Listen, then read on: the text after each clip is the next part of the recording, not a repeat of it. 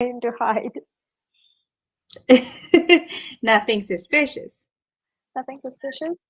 Can you hear me well or no? Yes? Yeah. You can hear There's me. a bird making a weird noise outside. I don't hear anything. I don't It think sounds so. like a squeak toy. I'm glad you Um, can hear it, but I am distracted by it. But that's because I have the attention span of a goldfish. I don't hear anything, so don't worry about it. I'll try to Okay. ignore the bird.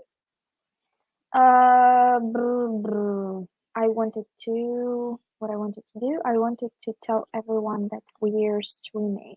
Wait a second. You can tell me about your week while I'm doing this. I am suffering like book hangover, but for like a TV show. I Okay. just finished watching Bad and Crazy, Yeah, and I remember. I miss them already. Oh my God, I miss them so much. Uh, that show was perfect for me. It was the perfect level of like Mhm. comedy, Mhm. unhinged, and violent. Lovely. Mhm. Okay. Um, what else? I watched oh, also it kind of rings the the our like favorite genre here Mhm. with psychopath falling. Mhm. You can always argue about falling in love or being obsessed, something along those lines. And I watched a movie this morning that I've been chasing down for what, like 8 months, something Okay. like that. It's a Japanese movie that's called Mhm. Character. I've been Mhm. looking for it everywhere, and like they uploaded the movie, but it had no subtitles until now. Okay. It was a struggle to get it, but I found it, and it's about a guy that makes manga, Okay. and he wants to make like thriller suspense manga, Mhm. and everybody says like, "Oh, your art style is impeccable. It's perfect. Your main character sucks, basically." And it's Mhm. like it's very bland, it's very boring, doesn't feel like a real person. Mhm. So he's about to quit his job and I don't know, find another type of job or whatever. And Mhm. they sent him to like he was working as the assistant from another artist, another like manga Yeah, creator, yeah, yeah, yeah. and he was sent to sketch a house Mhm. in at night. Mhm. And he was like, okay, that's not always a good idea. Weird. Yeah, but he goes and he's just like on his bike, like looking for a house and finds one. Mhm. And there's like really loud opera music playing inside, but the house Mhm. is like really nice. So he's just like sketching away, and somebody opens the front door. And he's like, sorry, I'm not being suspicious or anything. I'm just like Mhm. getting the sketch of the house. I'm just drawing. And the door closes. And he's like, a neighbor hears him and like shows up through the window, and he's like, tell these people to like shut the music off, and that is very loud, the opera music and whatnot. And he goes in the house. Mhm. Who goes into other people's houses? But People that and want to be murdered. he walks right into a murder scene, Okay. and he sees the face of the killer. Okay. But so far, like nothing happens.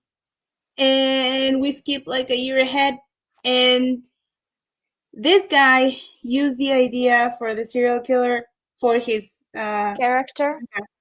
and now the serial killer is absolutely obsessed with him, and he's recreating his murders. Like the manga creator makes one Makes of the up comments, murders and yeah, and he's like, recreates "Well, them. time to go to job to do my job," and Yeah, lovely. I kills just he You kills should be like really smart to do this, as in like see a serial killer and create a character after him. Like, he's so flattered what are and so the proud.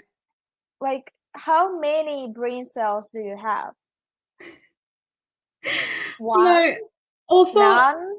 um again, this is very much like Hannibal and Will, like Eve and Villanelle, that uh, supposedly the main character should be a normal person that is horrified by these acts. My guy walked into a murder scene and went home to sketch the fuck out of everything and use Mhm.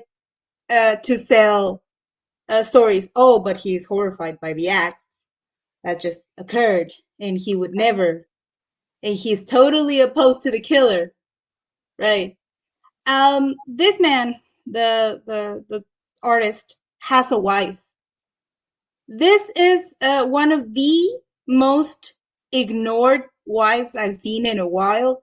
Ma'am, you could not be there and no one would note. I'm sure your husband would not notice if you were not there. What's the year of the release Uh, of the movie?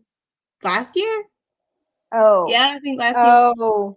So she's just she's very supportive, she's very nice, but he's so uninterested in her. It's impressive. Like he barely looks at her. And later on she announces that she's pregnant and he's like, "Oh yeah, cool. Yeah, Good for chill." you. Good for Right. you. Yeah, and he's sitting down with his family and his wife is just like, I'm so excited. I'm very happy. We're gonna have a family and whatnot. And he's like, oh yeah, yeah. She's pregnant. Then, for comparison, A plus parenting. yes, and for comparison, my guy sits down to talk to a detective about the killer, and this is what the man says: the moment our eyes met, I was reborn. Wow. I couldn't. He hasn't left my mind since I saw him. He lives inside of me and I live inside of him Much. with such passion, This is this is a lot. with such passion. And this man says that in front of his wife. If I, girl, Miss Ma'am, you If my should just, husband said this to me, I'd divorce, to be honest, and just, abort the baby. yeah, but just, she's still there. She brought them coffee and or a tea or something, How and lovely. she's right there listening to this, and she finds nothing like strange. Ma'am, I think you're being a third wheel here. You should leave your husband and the killer to just do their thing. Maybe you should Yeah. move on, have a house for yourself, go on. You're not required. Your presence is not required. And Okay. something really weird happened with the babies. Um, like you never see her belly or anything, and then the killer shows up. Whatever. There's the whole issue, and then there's the guy at the almost very end that he's like in a hospital after the attack and whatnot. The babies are already there, and I was so confused. Like, ma'am, Babies, as in it's yeah, and twins. we never saw her belly, and then suddenly you don't There are actually two like see babies. babies. There's like a stroller, the Okay. double stroller, Okay.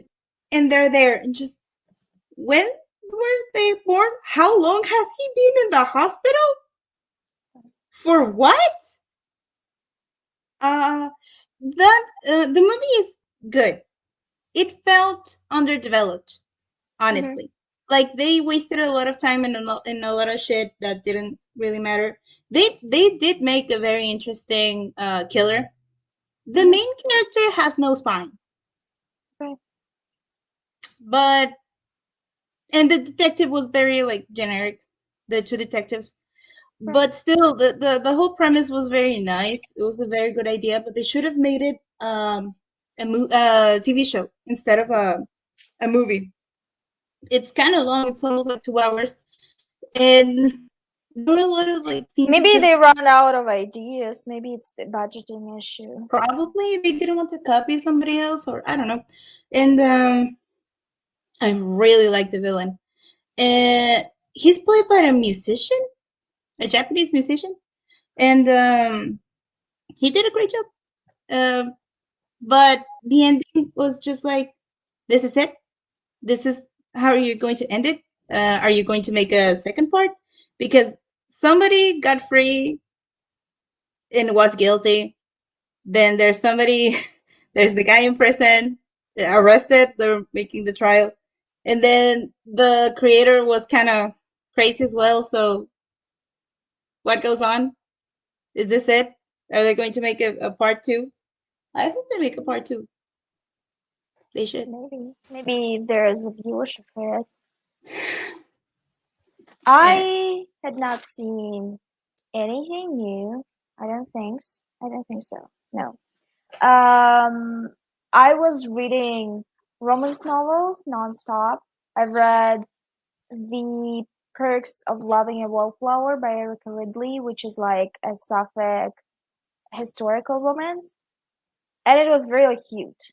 I really loved it. By the way, it's $2.99 on Amazon. If anyone is watching and wanting to make a purchase, it was really good. I just wish we had more FF historicals, like historical romances specifically. Loved it. It was just fun and cute and somewhat stress-free. Like it wasn't very, it wasn't like this big conflict. There was a conflict, but it was not big. And I think it reminds me a little bit of 𝕊𝕆𝕀𝔸𝕃 in terms of like how the writing style is. Like it's fun and light. I also read one of the Alexis's School's backlist books, which has the worst title. It's I think it's How to Bang a Millionaire or How to Bang a Billionaire. And I have a very big suspicion that it's written as a reply to 50 Shades, because it's about it's a male romance, and it's about a student, like an Oxford student. He's in English lit, and a billionaire that he meets through a telethon, which is like a thing where like volunteers call rich people to ask for money for like charity. So he just calls this guy because he's on the list, and they start talking and like attracted to each other's voices. And then this guy comes for like a meeting, like specific meeting for the alumni of this university. And there's a clear dominant submissive dynamic. So I'm like, is it a reply to 50 Shades? Because if it's a reply to 50 Shades, it's kind of genius, because it's a good portrayal of a BDSM relationship, and it's not like, I think what 50 Shades had done for BDSM, what it's called, visibility is bad, actually. Like everyone now knows about it, and everyone has misconceptions about it. And also they posed this, there was this conflict, it's stupid really, that, what was her name, Anastasia, the protagonist, she wanted to change Christian. I have not seen those movies. I just know about them because they're popular culture. She wanted him to no longer be dominant. Like she wanted him to no longer participate. Yeah, she wanted to fix him and to cure him out of this need that he has for violence. Yes, because she framed him as like an abusive man for liking what he likes. And in this book, it actually, the dominant guy doesn't allow himself to participate in BDSM because he believes that this way he's being abusive. So the lit student is like, I actually like that. He's like, I really want to like have sex with you, have kinky sex with you. Like, it's like a different perspective. Yeah. And I actually really liked it because especially if it's a reply to 50 Shades. And I'm more and more convinced that it is, because there's so many like similarities. Yeah, And this book is really trying to subvert those things that 50 Shades installed in people's minds. yeah, It was very interesting. Also, like the cover is so typical, and the title is so typical. I thought it's gonna be stupid. Like I love Alexis Hall, and I think he's genius because he does light-hearted surface, like light-hearted on the surface. He's very funny, has a very funny writing style, but he has very uh, compelling emotional depth. So his characters are always very have this hidden vulnerabilities and issues and stuff, and usually it's not superficial, and I love that. And I thought, oh my god, this book is going to be so superficial, it's going to be fluff, it's going to be like like a fluffy, kinky, sexy romance maybe. And I was floored how actually smart it was. I'm shocked. Anyway, I don't know if I want to read the second book because I feel like the first book is perfect and it's finished product. But oh my god, I'm floored. still I'm doing good with reading. I'm like I've read 4 novellas so far. They are getting longer, but uh, like the last one that I read didn't really like count. There was very little that was new, and then this one that I'm reading is really just flying over I forgot the word. Realism? Mm, Like there's no way these 2 killers are still alive. okay, We get the whole you shoot a killer 5 times in a horror movie and it still gets up, but it's a this is classic. ridiculous. It's a They were classic. they were I don't know if I mentioned that, like what the story is about. That is a serial killer that picks up another one on the road. It's like hitchhiking. Um, so this man is a serial killer, drives around, picks people up, kills them, feeds them their own faces. Really All tasty the good stuff. stuff. All the good Yeah. stuff. And then there's this girl. It's called Lucy. She's hitchhiking and kills the people that pick her up. So she ties them in the back of the car and drags them through like the road. That's Efficient. in a movie, but Efficient. like it was a Sexy. corpse. Yeah. It the first novella ends with the 2 of them being dragged by the car. So that's where we ended. But they decided to make another one, and they're still alive, the both of them. They're uh, missing a lot of skin uh, and parts, but they're still alive and they're still trying to kill each other. That's impressive. I'm impressed. It's just That's not very realistic. to be a Specifically, serial killer, you need the willpower, you know? yes. And there's You this need to be stubborn. I agree.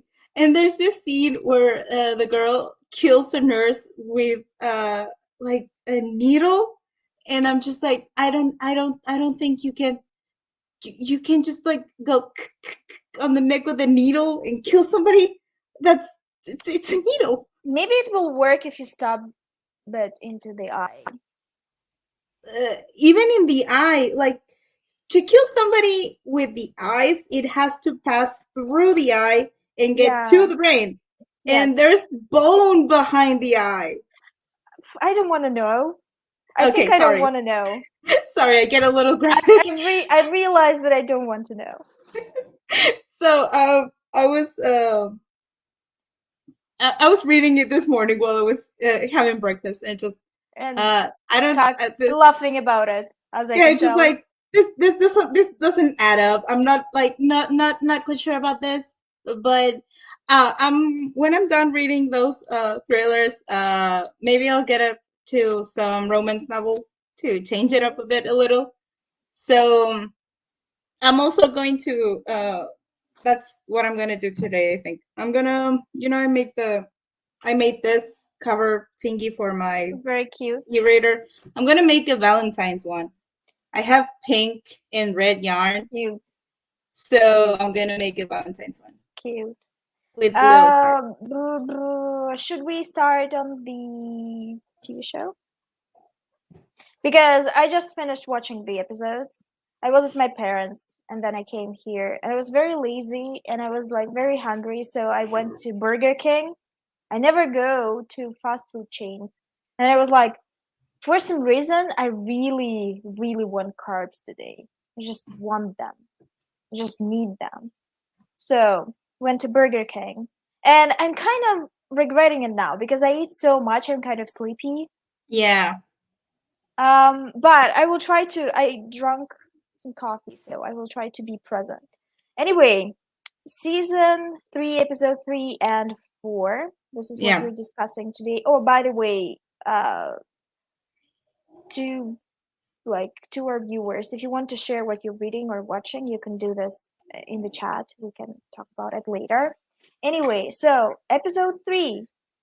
Episode 3. I think episode 3 is more entertaining than episode 4. I might be Yeah. biased because episode 3 actually has Villanelle and Eve in the same fucking room, finally. Yes. So I realize that I'm biased, but also No, it is this more interesting than the other episode. this is our stream. We're allowed to have opinions. Anyway, so I also just really don't enjoy the whole 12 subplot Yeah, because it's it's so boring. It's boring to boring or me. generic at best. Yeah, it's generic stuff.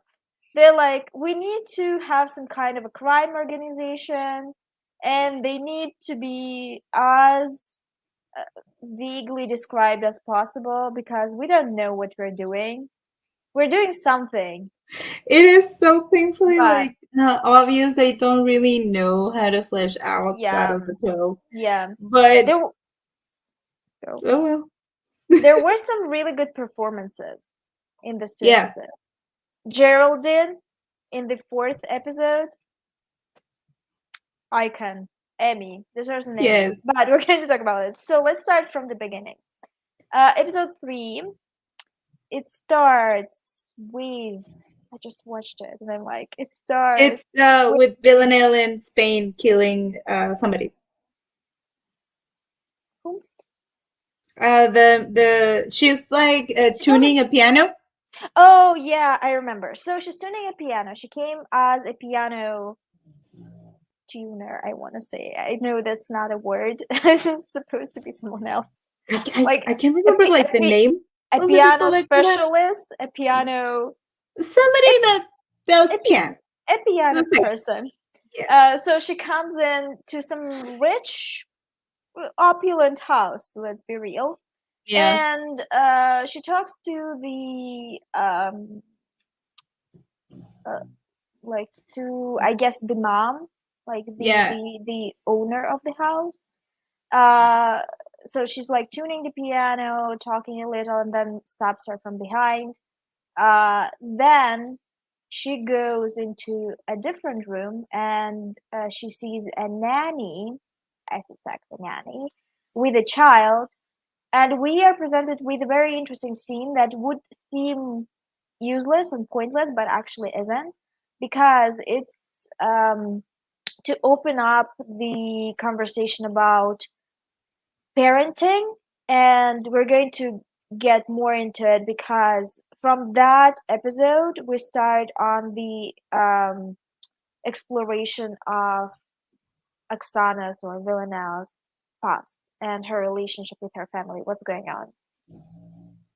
Somebody screamed. Let's pretend to not Yeah. hear it. Let's pretend it's not happening. It was a few houses back. I don't know. People are weird here. Um. So the on the first killing outfit, terrible. That thing on her head, not cool. The Listen, Spanish, passable. Possible, yeah. It's just like I'm not a big judger of Spanish. I just know a little bit of Spanish, and it sounded fine. it's like you would know she's a foreigner, like you Yeah. know she's a foreigner. But actually, there's a movie, just a tiny little aside. It's called Volt or something. It's about a group of people robbing a bank in Spain. In You it has mean the Netflix TV show? no, The it's not not the one. yeah, it's not a TV show, it's a movie. Actually, that movie was pretty much an insult to the TV show because they made it seem like robbing that bank was so fucking easy. Oh, okay. So, okay, let's pass that. Actually, the movie's not like that very good, but there's a scene where there's I think mostly the main actor is the one that is more known. It's the guy that's from Bates Motel and like Charlie and the Chocolate Factory and the Good Oh, Doctor. got it, got it. He's still a child in my In mind's eye. well, in this movie, he's there's a scene where he's like pretending to be a janitor in the bank in Spain. He turns around and speaks Spanish so perfectly, like with the Spanish accent and everything. I was just, excuse me. It's just like a few sentences, That but is a he did trained it actor. so well. He did it so well. I was very impressed. Like the accent and everything. So in this case, for Villanelle, like it's a foreigner, but she looks like a foreigner, so people would Yeah, yeah, assume, yeah. oh yeah, she's probably like an English person or something that just Hmm. came to Spain. And when they started this episode where she took the baby, for half a second, like I know it's not like in retrospective it's not logical, but there was a moment where I was afraid they would go for some bullshit that maybe Villanelle wants kids. I am so glad they didn't. No. Yeah, especially because in the past episode she just fucking shot Felix. So yeah, zero maternal instincts, and I'm With glad they didn't go all that. we know about her, she hates kids so much because she is actually a child. Yes. She's a child herself. She It's like seems that to believe TikTok. competition. Have you seen the TikTok? Of like there's a very popular sound where a lady um that says um what baby, I am a baby, or something like that. Do you Yeah. remember it? Uh, It was popular at some point. yeah. Um, Remember? I know vaguely what you mean. you understand? Like the point Yes. was that she's not making babies because she herself is a baby. Yeah. It's like I'm That baby. is, yeah, yeah, yeah. What baby? I'm baby. I was going to say something. It just flew right the fuck off my mind. Why am I like this? I'm gonna Let's just ignore that. supportively dance in the background. It will come back later if it's important. Okay. What else? Oh, you actually just see that she kills the nanny, and then we jump to the next scene where she I has the think baby. what's interesting is that she's very flabbergasted and like she can't really comprehend how a person can love a child that isn't theirs. She's Yeah. like she can't comprehend people liking children in Oh, general, I remember what I was but going to say. It's just that well people I babies are ugly. Come on. Most babies are babies really are ugly. ugly. I So agree. I just find it very funny. I laughed for like 5 minutes when I was scrolling through Twitter, and one of my uh, mutuals just wrote like, "My family is so excited over my cousin or nephew or something." It's just like I can't say anything. The baby's so ugly. I just laughed for like 5 minutes of that because saying, "Oh You my really god." can't say anything. It's like the same as like especially to the like to the parents of the child, especially to the parent who uh was pregnant with the child, Yes. because it's like the equivalent of a person spending, I don't know, uh, 1,000 hours on a painting, but they are not a good painter, and you say to them that their painting is ugly, like they've spent so much time and effort. You cannot Yeah. say that it's ugly. You It's just, literally, it's just bad manners. it's just they're so ugly. I They're think so I ugly. think even them themselves, they see that the baby is ugly. They just don't want to say it because I don't know, Because maybe it's we the can endorphins or something, and they see in the like baby in as my pretty or not. I don't yeah, in know. my entire lifetime I've only seen like two babies or something that actually look cute. The rest are so fucking ugly. I'm so sorry. I They're mean, so funny to me. I think they're supposed to be a little ugly because they're a bit squished and stuff from being in the It's womb. well in general the whole I I am more disgusted by pregnancy and birth than I am of horror movies that show guts and blood and everything. I think with age, I started to be less disgusted by pregnancy and birth, as in on other people. To On me, it was like the myself, other way around. When I was little, I was just like, "Oh my god, I want like four kids," and then I grew up. I was just like, "Okay, I want kids," and then I started to realize the entire fucking process of babies and whatnot. No, just no.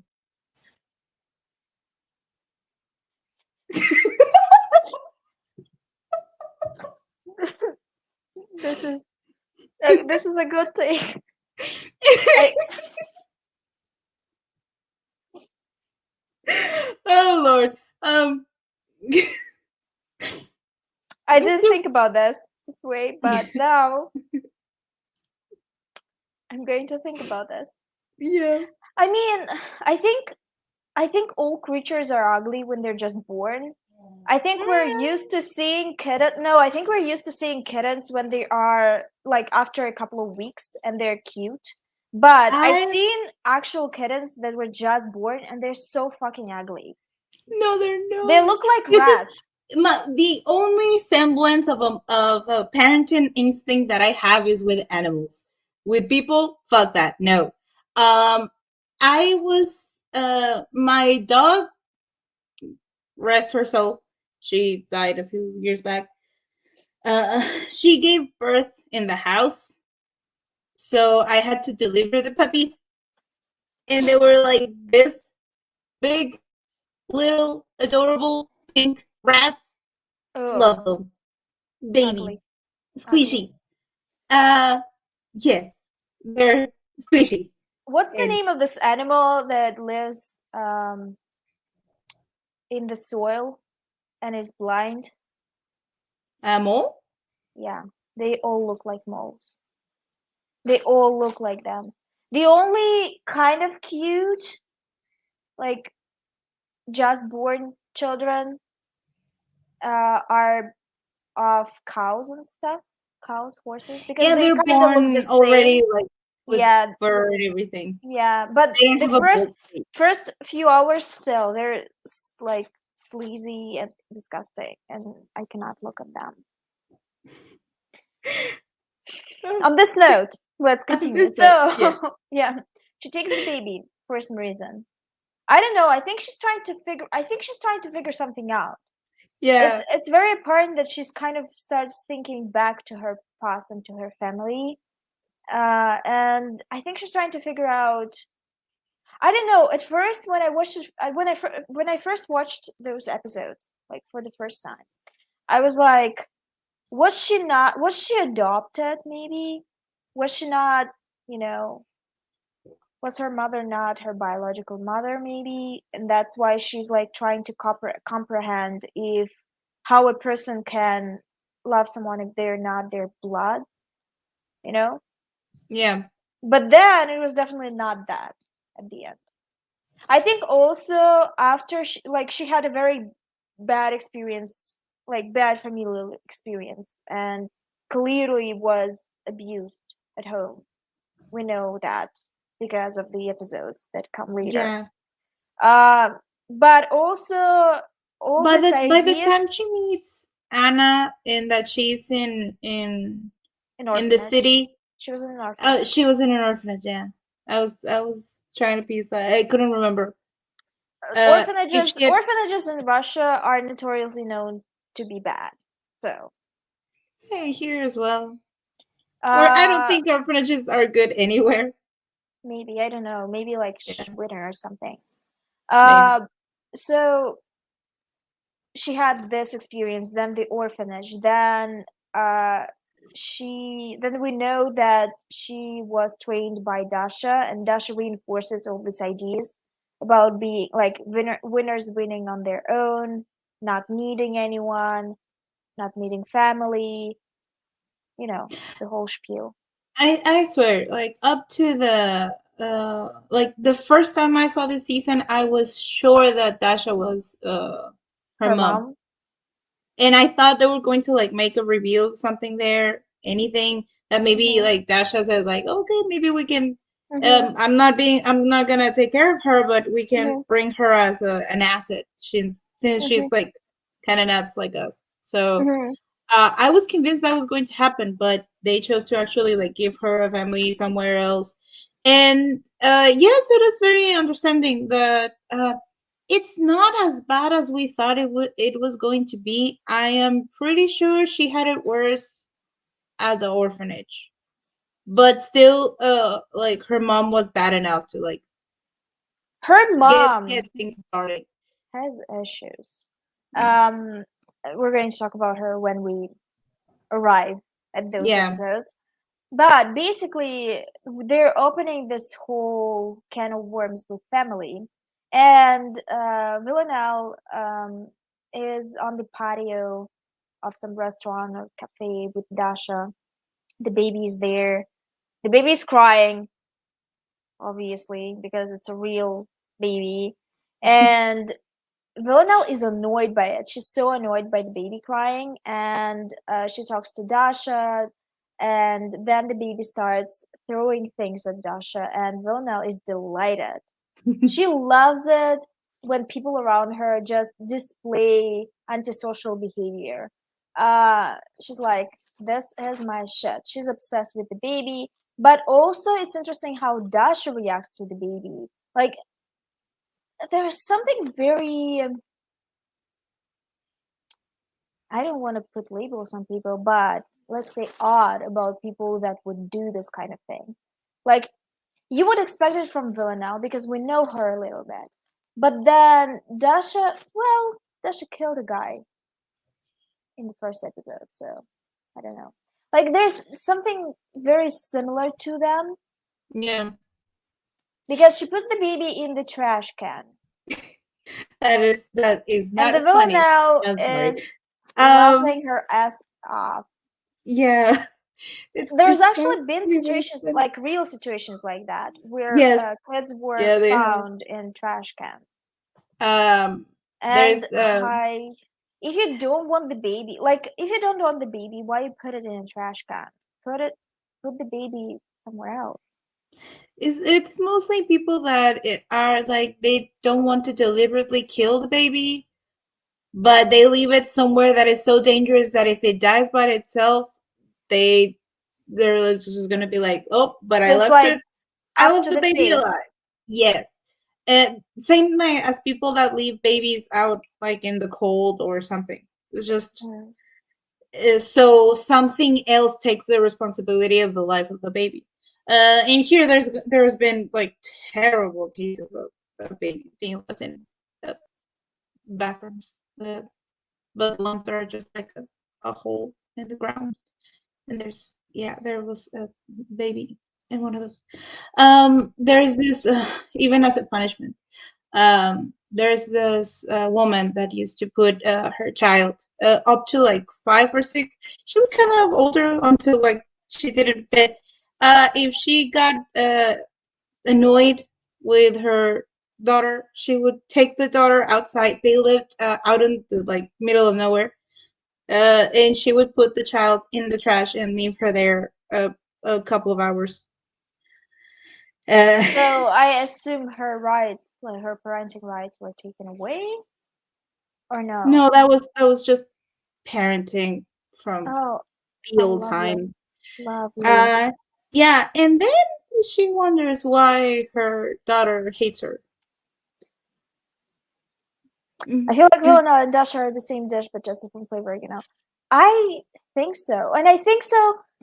I also think that Villanelle maybe was shaped by Dasha a little bit. Like her, a lot of her beliefs kind of were shaped by her because she's very individualistic. I don't think individualism is like being a loner. I mostly think is nurture, not nature. You Yeah. know, so I think those qualities she nurtured in her. It's just that it would have, to me, would have made more sense that she was uh her mother. And I was expecting for that plot twist like the entire show, but no, I guess not. And I was just like, I think it's not very believable for her mother to also be in this organization. probably. That's Uh, probably why, because they decided to not go this route, when although they it's s- very obvious. when they started the season with that little clip of Dasha killing that boy, Hmm. I thought that she was like killing him because she was maybe pregnant or something. Mm, So it's just like, fuck you, you ruin things. I'm gonna kill you and then yeah. move on. And I thought they were going like that route, but nope. That was okay, fine. Cool. So That they was a put the possibility baby there. into the trash can, Yeah, and they leave the baby in the trash can. And we see in the background that people start noticing that there's a baby in the trash can. But they literally pretend that they have nothing to do with the baby, yeah, which takes guts. So basically, what they talk about is Dasha is displeased that Villanelle killed the guy, uh, Felix, and Villanelle is like, "It's not my fault. He was useless," basically. yeah, So we're left on like it's very obvious that the 12 expect something from yeah. Villanelle, but Dasha was scolding her because she was being very reckless lately, and she said like very manic. And it's because like on the previous episode, Constantine told her that Eve is still alive, so she's yeah, yeah, yeah. acting up. And it's just the scene is great where they are just having a very casual conversation, and there's the whole chaos in the background and people running around and calling the police Yeah, and yeah, yeah, yeah. getting the baby out of the trash. And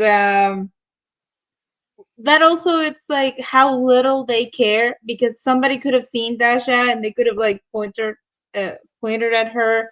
They how little they care about like The being caught surroundings. or drawing Oh, you attention or mean? anything. So and I again think like it's also Villanelle, I think it's also psychology. I think they know that people are not especially observant, yeah, so they're like, whatever, and we can leave whenever. So you know, yeah. And also there's no just fear like there.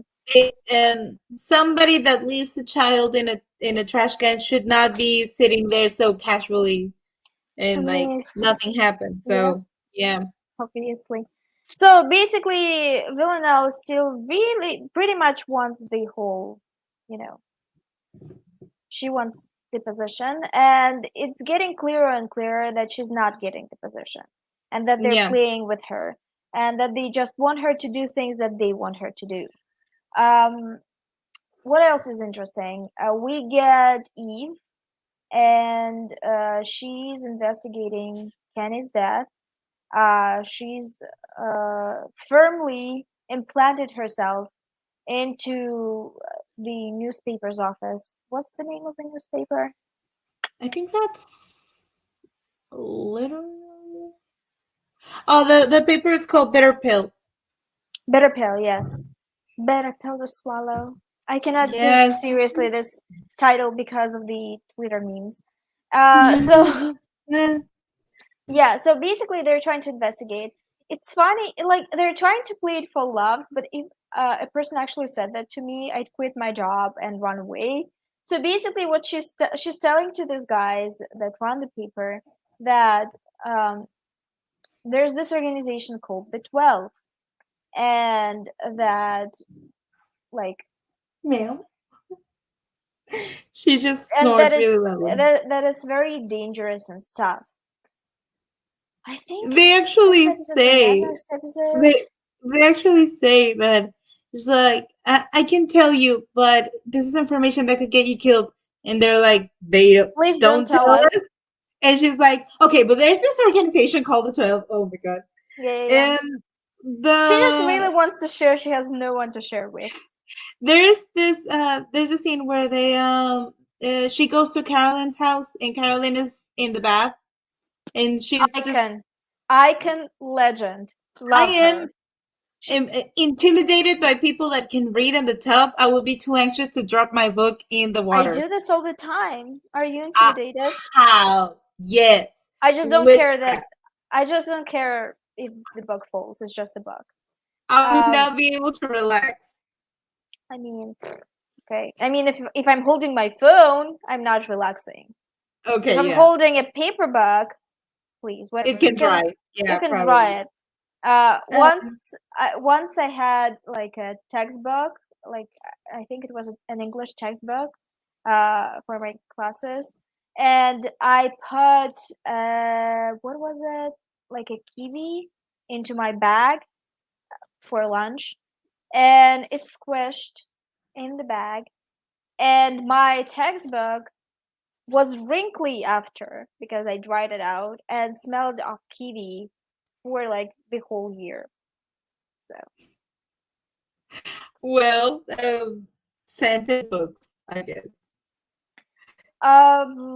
so uh She Eve brings the guy. Eve wants to bring the guys, like to bring the two sides of the investigation together, and she arranges a meeting with Carolyn, and Carolyn is a boss's bitch. She is taking a bath, and she was not, she was not thinking that that it's not the time.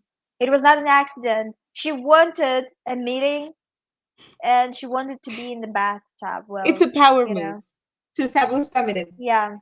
She's Um, like, I'm having a bath, and I'm like, I aspire to be this level of girl boss. I yes. want it. I want to be in my bathtub while on my working Skype session. Like, while they're all talking about shit I don't care for, I want to be in my bathtub. I need to try it. I'm not on video anyway because we're Yeah, that not would doing video. yeah, that would be a powerful move. And I have a loudspeaker for my shower to listen to my audiobooks while showering. But wow, I have one too, but I usually there's use music wow. or a podcast. I just put my phone on my washing machine, and I try to, you know, to have my volume as high as possible, but it doesn't penetrate the shower sound. The speaker that I got for the I shower wish is there like, were headphones that allow yeah. you to like go into the water Supposedly there without. are earbuds for like being underwater, Oof, but I'm scared. I've I'm never scared. heard like anything good about them. Like nobody has come out and said, "Oh my god, this is the best invention ever." So I'm not sure if they don't work I'm or if scared that it's gonna they. be an Uncle Fester situation when his wife tried, like in the Adams Family in the second movie, where she tried to kill him while he was in the bath and threw things into the bath, like electric Yes, stuff. No, don't want there's that. this the speaker that I got was very cheap. There might be like someone on online. I got one very cheap for like $10, and I've used it for the past 4 or 5 years, and still works fine. Dad, are you like, are you not telling us something? Are you secretly a billionaire? But they don't allow for you to wash your hair underwater. Okay.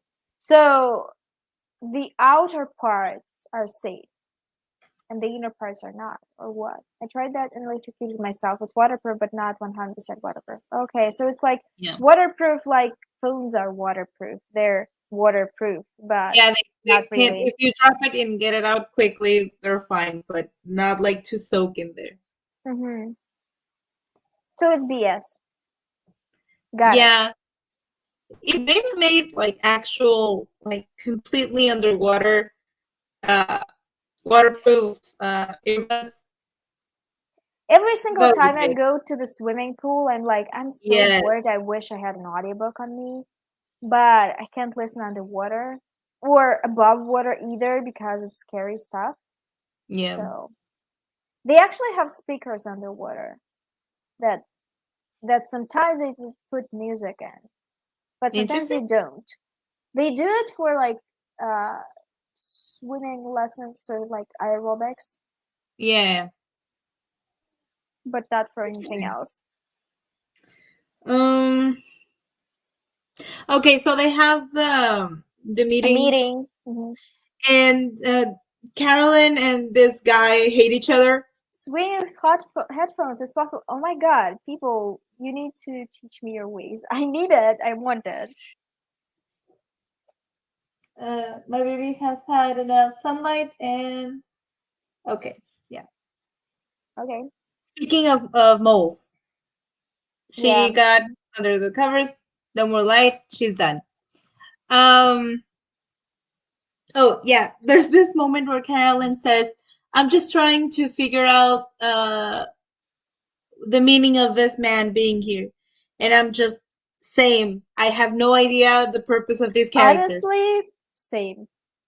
It's just he's I very don't know why they included him because he doesn't play a big part in the whole thing like at the the end. everything about that place and all those characters. They could have been replaced by somebody in the MI6.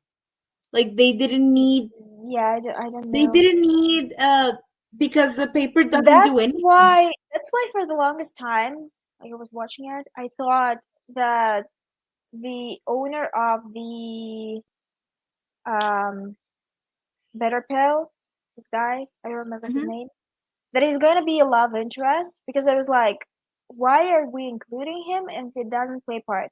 I understood why Geraldine was included, Yeah. but this guy, I don't know. Everybody else was just kind of irrelevant. And again, like Look the for whole IPX7 waterproof level. That's for swimming. Okay, okay. I actually will look into it. Thank you. I have no idea. I feel like grandma. I feel like we I'm a grandma. I don't know anything about technology. technology, yeah. Um, so like in general, they seem very like unimportant. Even like with Kenny, they went back to deaths from the first season, like the Frank Yeah, yeah, yeah, yeah, and yeah. the Chinese. What is it? The spokesperson? He was some kind of government A government position. employee. So in general, this entire season, I swear to God, they didn't know what the fuck to do with it. Yeah, so basically they're trying to investigate. They're trying to bring Carolyn into it. Carolyn is reluctant to talk to the other party. She's trying to do her own investigating without including them at all. We get to know about her wild past, which is always entertaining. I swear, I need a A spin-off spin-off. of just her and her friends from MI6 back in the day. I need it. All the adventures that she had, all the kink. They were so. I was thinking the other day, they're particularly so fucking kinky for no reason. I love it. So I really need a whole spin-off of her, and but I have no idea like who would play her, like a younger version of Who her. would listen? When you say who would play her, my initial reaction is to laugh because I love Drag Race and there's this two drag queens that have this like um thing where they constantly ask each other like who would play her like about some people that they know in real life. And Yeah, I cannot explain why it's funny, but it's funny. So I don't know. She could play herself, honestly. definitely. Do some movie magic. I love the actress. So they're trying to do some investigating. We get to know about some cool Caroline past facts. Apparently, she was quite a spy, quite a femme fatale. Um, when she was younger, she still is. Honestly, like I don't know why we're discrediting her from being a femme fatale because she still is. She still is. She still got it. We constantly saw her with different men uh, in her apartment, even. So Yeah. you know, we I get was just some Constantine scenes because yeah. like he's talking to one of the other people supposedly that was also in the 12 at some point where he's An still in the accountant. 12. Yeah, It's an accountant that is very nervous because 6 millions disappeared and he looks yeah. very, very guilty. So he's trying to ask Constantine, like, do you have 6 million just like laying around that you What an let ask, me? honestly. Yes. Oh, can we have friends like that? Oh, just can I borrow 6 million? And never Just give it very back to you. casually, and yeah, definitely gonna pay you back. But can you let me borrow them? Oh, sure. Oh, thank you. You're such a lifesaver. Mhm. Um, The other then two very interesting things that happen, like the only two things that I want to discuss about, that I want to discuss in terms of this episode, are first, Villanelle decides that she wants to see Eve. So she yeah, goes into this perfume shop and she orders a custom oh, I love that. perfume. Yes, Yeah, that is gonna, I don't know, kind of exude power. power. And I don't know what she's trying to do here because she shot Eve. So, do you It's just need more power? What are you trying to say here? Like, no, but again, I don't just know. the way she says the story is just that oh that she hurt me. She broke my heart. So we She yeah, made that me is do it. oh my god, my baby's barking. The other baby.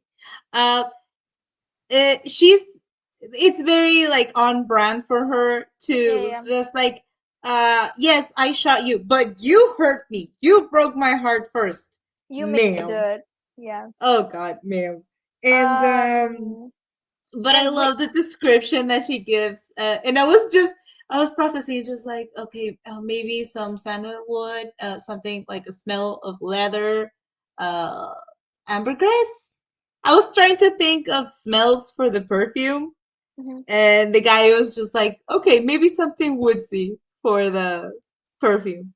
And I would like to know what that perfume ended up smelling Smell like. like, maybe they So, will, maybe they will do some merch. I don't know. Anyway, that would be like some high class merch if they come out with a perfume. So she gets the perfume.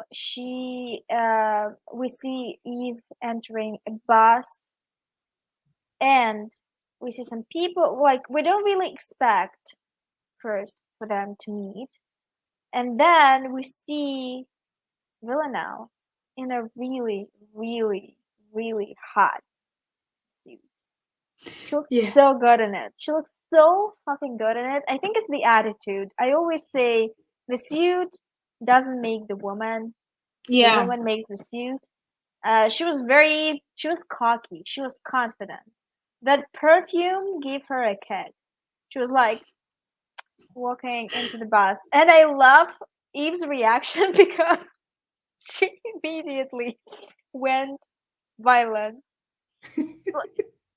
Villanelle didn't even like she said like hi Eve or something. She Yeah, she didn't. was She didn't. just going to be a little shit and talk, Yeah, but and it went Eve straight to violence. literally attacked her, and Through hands she's on sight. yeah, and she was not soft about it. She literally smashed her across the face, and I don't think it was a palm of the hand. I actually think it was you know uh, a fist. Yes. uh, or at least it looked this way. Yeah, she It's punched her. it's And funny to me that people, instead of like calling for help, they're like, we don't want to participate. We're just going to move out to of the way. yeah, to the top of the bus, and we're not even we're just going to look at them. And I And think then it's very common behavior. yes, it's just like not my business. Not my problem. I Yeah. keep seeing this. I keep finding this audio on Instagram that says, "Not my circus, not my monkeys." So Yeah, yeah. I respect that. Oh my God, the sun is out to get me. Let me close the curtains. It's Okay. shining right into my eye. It's trying to make your life a bit more cheerful. Okay. Nope. We don't get much sun these days, so I'm grateful when I get some.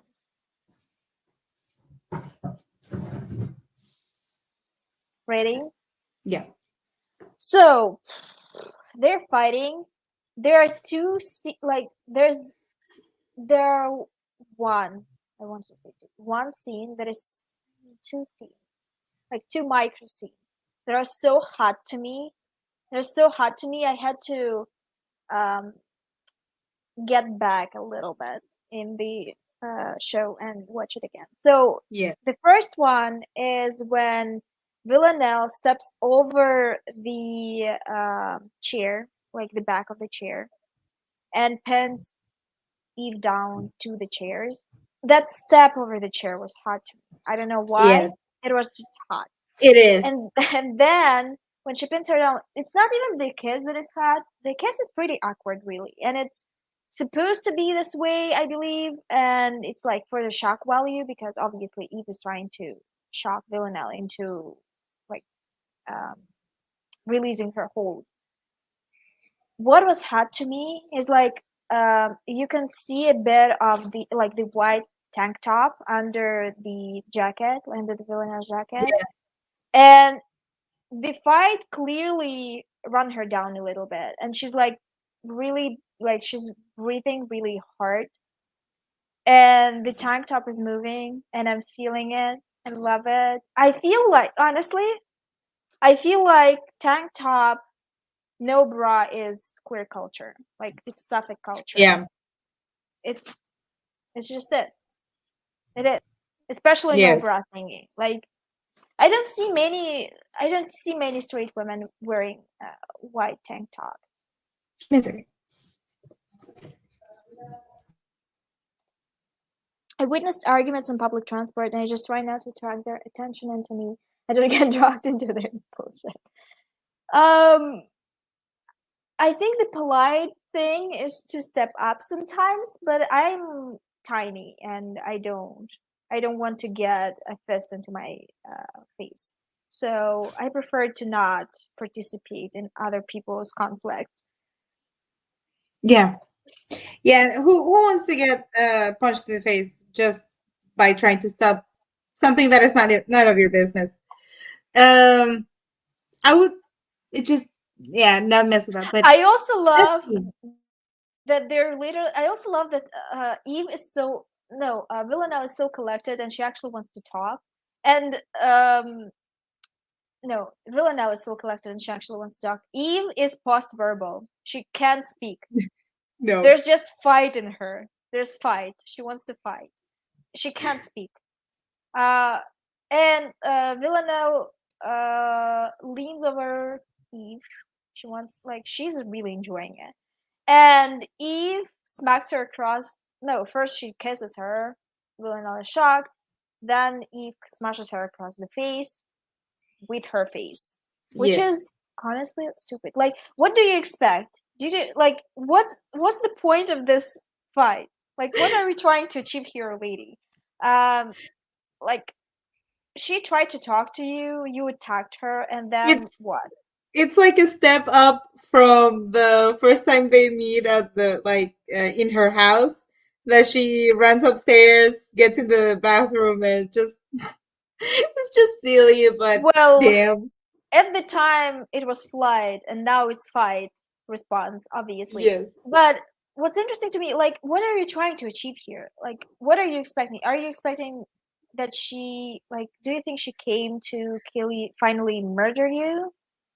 Or is it like unresolved rage that she tried to murder you and now you what? But I'm asking because Villanelle clearly is stronger. Like, I don't she's know just if it clearly was. stronger, no doubt about it. It was. I don't know if it was before or after this that Villanelle goes to like a teddy bear shop I think it's later. and records the audio in a Or little. maybe earlier, I don't remember, but yeah, we need to talk about that. I think Um, it's earlier, actually. It would make sense narratively. my baby is fighting against the covers. Patriarchy? No, not She's patriarchy. she's fighting the blanket, and I don't know who's winning. Tell her that the blanket is not at fault. Tell her to fight the patriarchy first. Uh, so basically, I think actually the bears were first. Mm. We're going to backtrack to the bears, but Villanelle gets a smack across the head, and she leaves the bus. But I don't get it. She wasn't at the advantage there. Like, Because I think she was just in shock that Eve kissed her. oh, she was like, I need to process that for a couple of days. Yes, What I are you did you doing? win, baby? Yeah, I think she won. Uh, she's so sleepy. So basically, literally falling. So basically, Villanelle steps down from the bus. Eve continues. Eve is shell shocked. I think she's shocked of herself. I think she's shocked that she kicked Reacted like that. Villanelle. Yeah, that she kicked Villanelle. But Villanelle is so pleased. She's He like, like she kissed me. She kissed me. It means she loves me. yes. The she Immediately. could ignore that she was punched in the face. All that doesn't matter. She She kissed kissed her. me. I think Yeah. I actually think the whole punching in the face and everything was like foreplay. So it made things spicier for her. Villanelle is the opposite of every queer woman I know. Every queer woman I know is like, she kissed me, she thinks we're friends. And Villanelle is like, she punched me in the face, I think she's in love with me. Yes. She wants to get I love married, it. she wants babies. Oh Lord. Um I just love that smile. Like She's she so gets she's goddamn pleased with herself. And she has this red bump on her face from she's the still fighting. still She's fighting. on uh-huh. The revenge. She's not giving up. That's good. Yeah. Um, like, she's very very happy. We see how we see that Eve comes back to the office. She's like very very shocked. She can't even speak normally. The bear thing that happened earlier apparently is that scene where Villanelle enters. I think it's kind of a build a bear kind of shop where you can Yeah. take a bear and make it and program it to say something. So Yeah. basically, it's a recording, um, which actually is really cute, even though I don't like plushies and stuff. She I just love that she's looking around the store carrying all the bears and she's like, this place is psychotic. She was Yeah, I love that she was scared by the bears. I It's mean, just like everything, the cheery music, the bears, the screaming children. I think She was not in her element. most places that were made for kids are a bit, Yeah. weird for adults. Um, but also, oh my god, I need to share this. I've seen some like posts about people in daddy little girl relationships going to kid stores to buy kids for the little girl. And I am disappointed but not surprised. Yeah. Yeah, that's Like, my thoughts exactly. the utter No. disrespect, the utter disrespect that some people have Yeah. is astonishing to me. Like, how much gall and gumption you have to do this and to be okay with this. Be like, yeah, I will go to the children's store. So, Villanelle decides to buy a bear for Eve, and she's Yeah. trying to record a message. And at first, it's like, you you tricky, this there is this another sound that I love from TikTok. You tricky ass bitch or something. It's like a long, long, long tirade from some woman. I think you tricky, you white ass tricky ass bitch, something like that. It's so funny. I can't find it. I think maybe I will find it later. Anyway, um, she's kind of like, I wish I came back to that scene and murdered you for real. I Like wish she's I trying to shot sort, you yeah. instead. I think she's using that booth as therapy because she's trying to tell herself something that she doesn't believe in.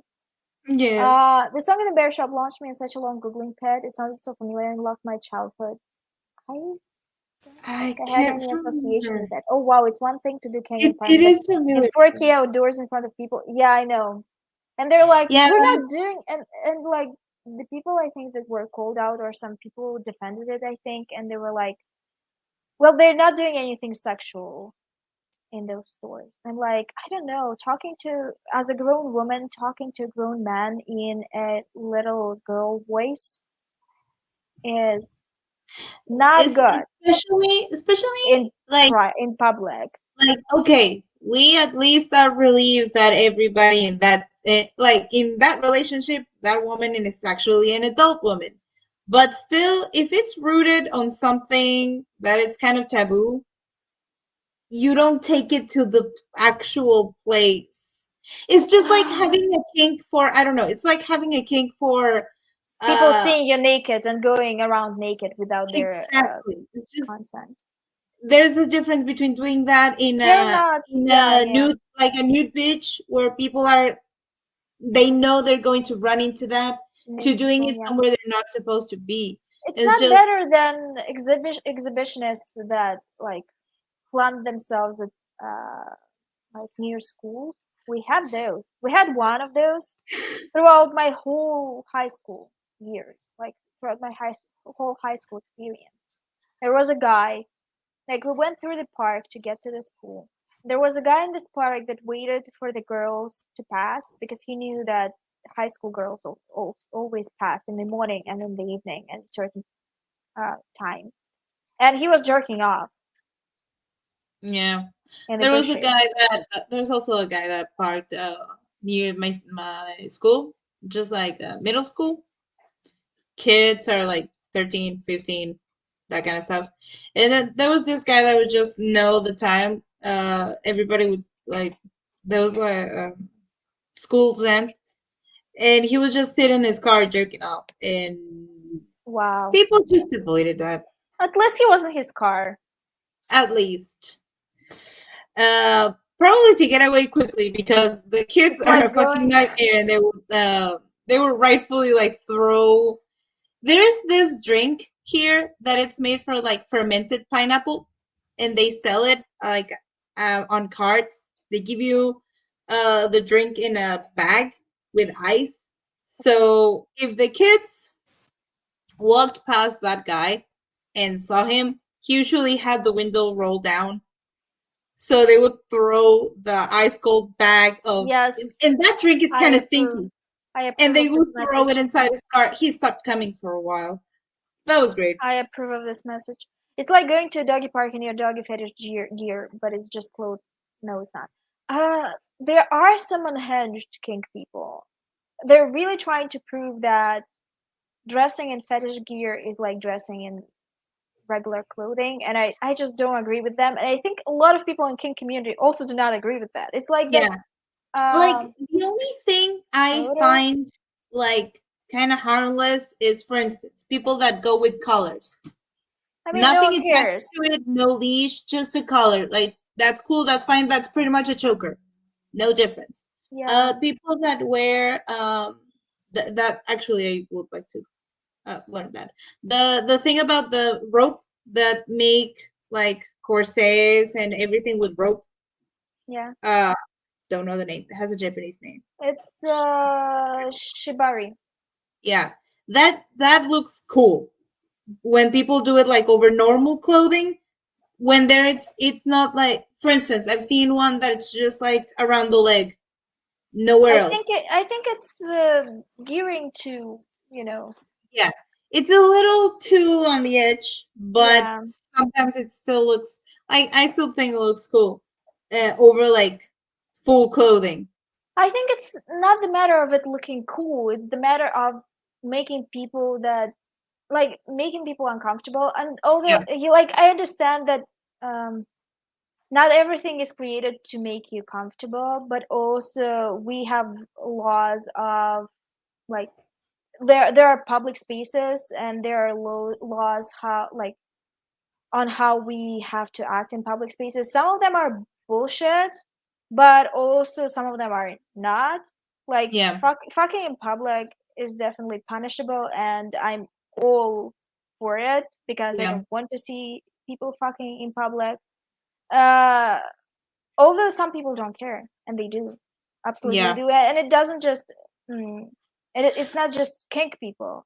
It's just like people that do not associate themselves with the community, some regular straight people, yeah. all the weird guys that jerk off on the trains. Oh my God, there was one of the last times I went with a friend of mine to the movie theater.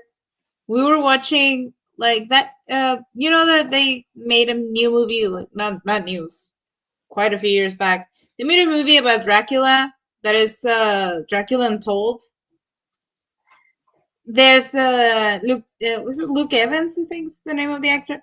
So I was watching the movie with my You've seen friend, it. and we kept hearing a noise Oh behind. no, There was a I'm guy pissed. jerking off behind us, and we were just hiding very closely in the seats so I nothing would would. just ask Oh, him.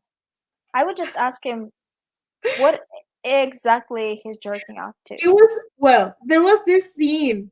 It was just during a scene where the guy was shirtless in the movie. And was and my friend and I were just like making jokes. It was like, "Sir, we know he looks very hot. We know, but can Calm you please yourself. cover your pants?" So we were tempted between throwing the our drinks like overhead, but we didn't want to make things worse for the people that have to clean up. So we just kind of went to get like an attendant. But by the time we came back, the guy was gone. So it's just I gross. think these kinds of people are menace to society, and Yes, I hate them officially. Like I there are things that you can like if you want to satisfy this part of yourself. there There was are things that you can do. You're just yeah choosing there to is do this there instead. is there was a time back then there was this a bit of a scandal. There were a few, I think it was in the US. I don't know. I don't know where it was, but there were like people that clean up the movie theaters kept finding used condoms in children's movies. No. So, Yikes. yikes, yeah. And Were they it's just jerking off to minions? mm, like people want to believe that it Were was for they the movie, but we're probably just looking at the kids in the audience, so Oh that's no. worse. Yeah, I think it was in the US. You have the right to stay home, jerk off all you want. Why go out and subject those who didn't consent to being up there? I think they don't care. Yeah, That's the issue. They don't care, and I think there are quite a few people that would go to length to be right back. protect their freedom to do this, and I'm like, why are you protecting this? I literally don't get it. Like, what's so appealing about this behavior that you want to protect it? Why the fucking movie theater just get the DVD? I think he just wanted the attention. Like he just wanted to be in the movie theater where he could be caught. It's his king. He wants to be caught. He wants the danger of being caught to be present. But like you can role play this situation at your house. You can role play this situation in a dungeon. You can role play this situation at a party for adults. at a marsh for adults, like uh, Folsom, for example, but not in a movie theater.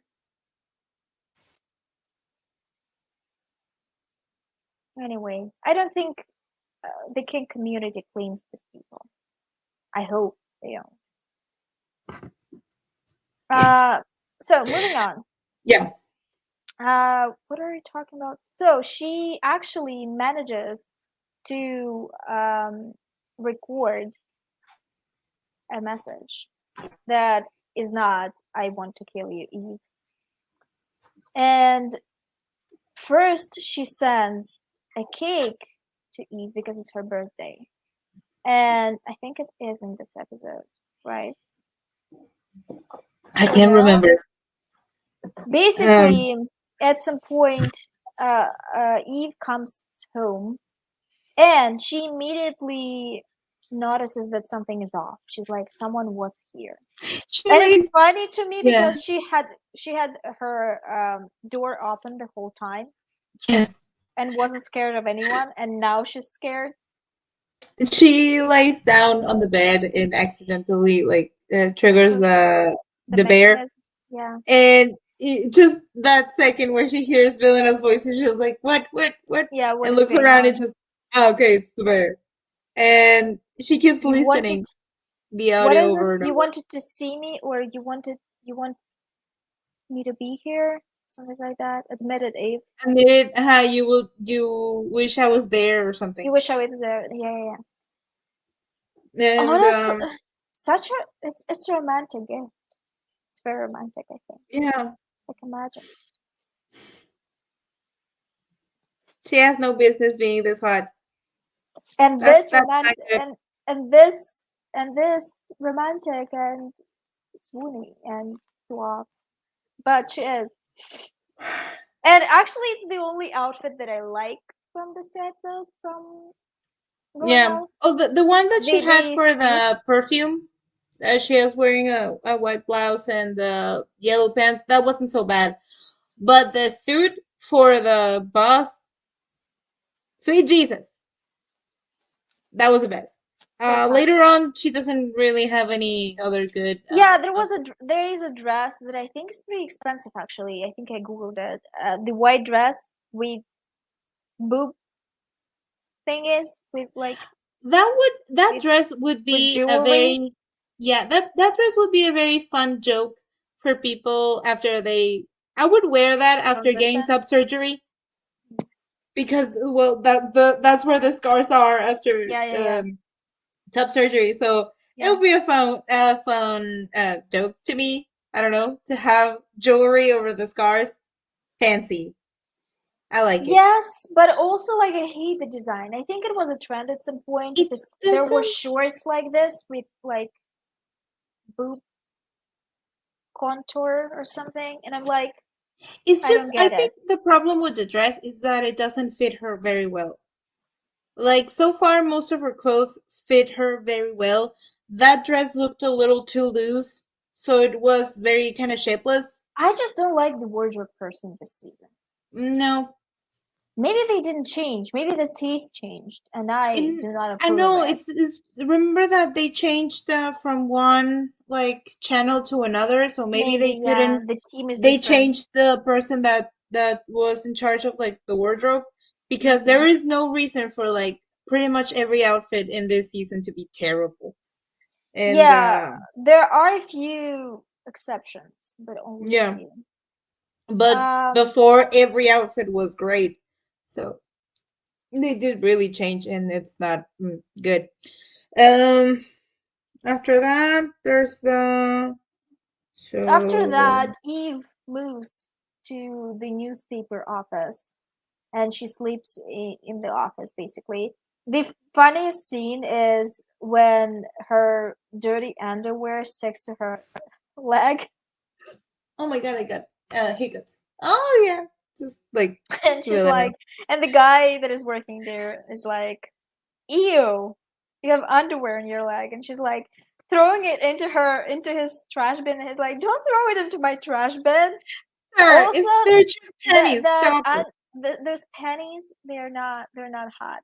They're not sexy. They're grandma panties. They're built for comfort. They're period panties. I love my girl Eve, but those panties look a little bit crusty. Yeah, So they're not good. and she was a little bit stinky, and she was.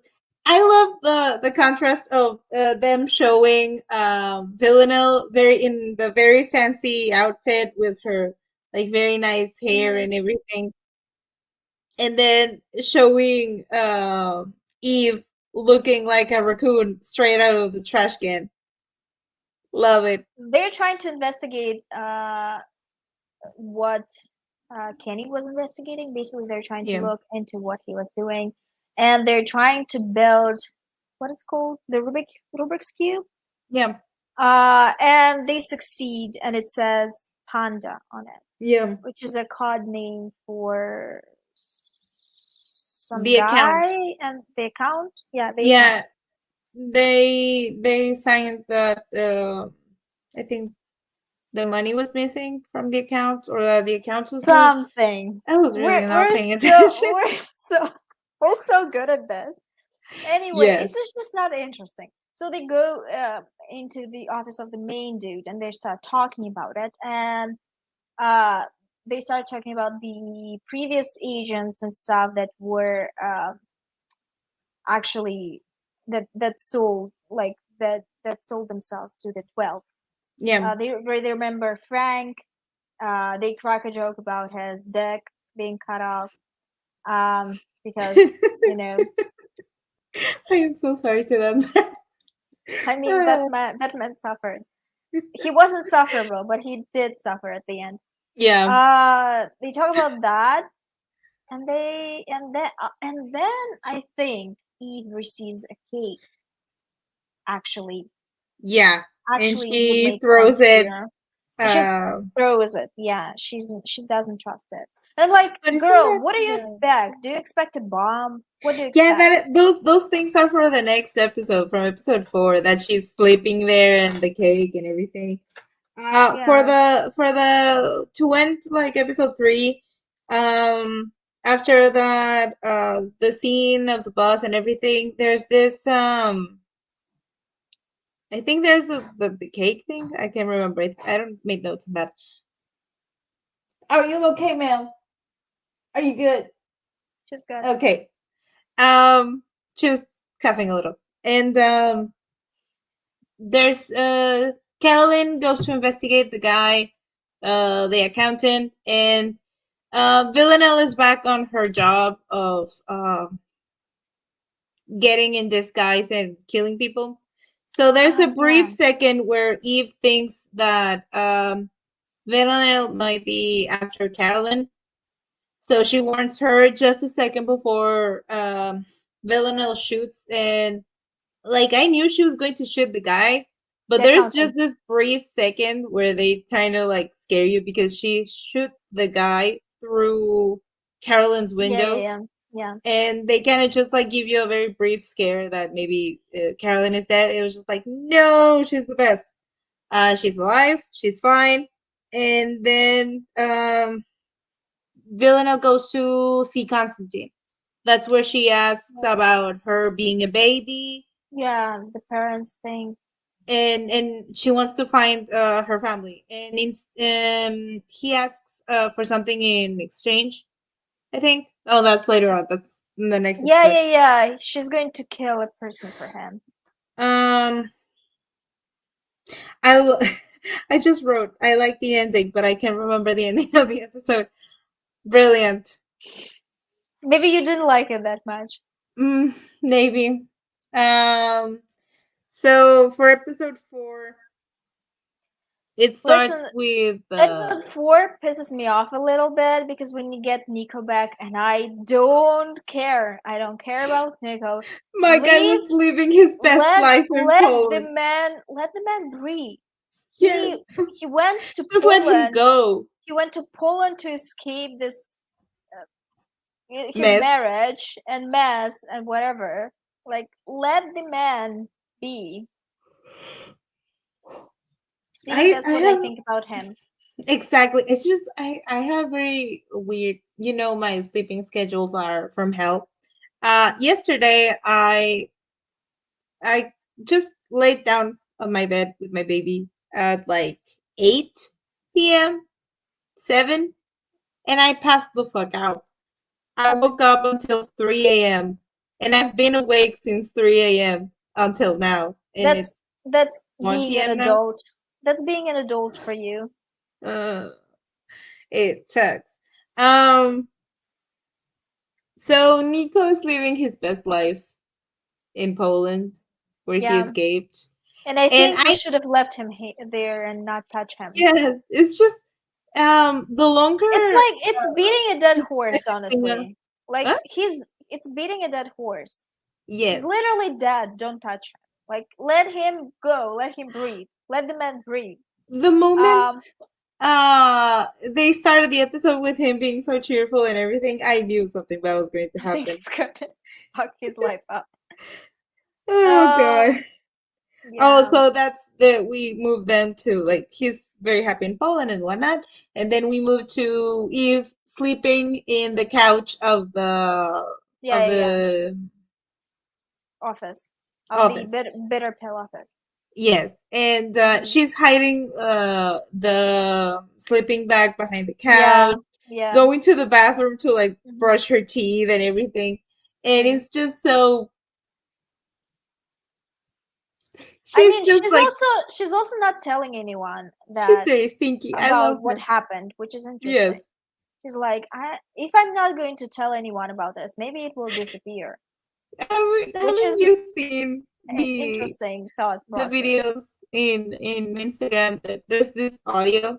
I think it's from TikTok. There's this audio that is a little song about a stinky baby. Not aware of it. I will send you the song later. It's just love it. Okay. It's just like you're a stinky baby and you smell so bad. You smell like uh, wet beef or old tuna salad.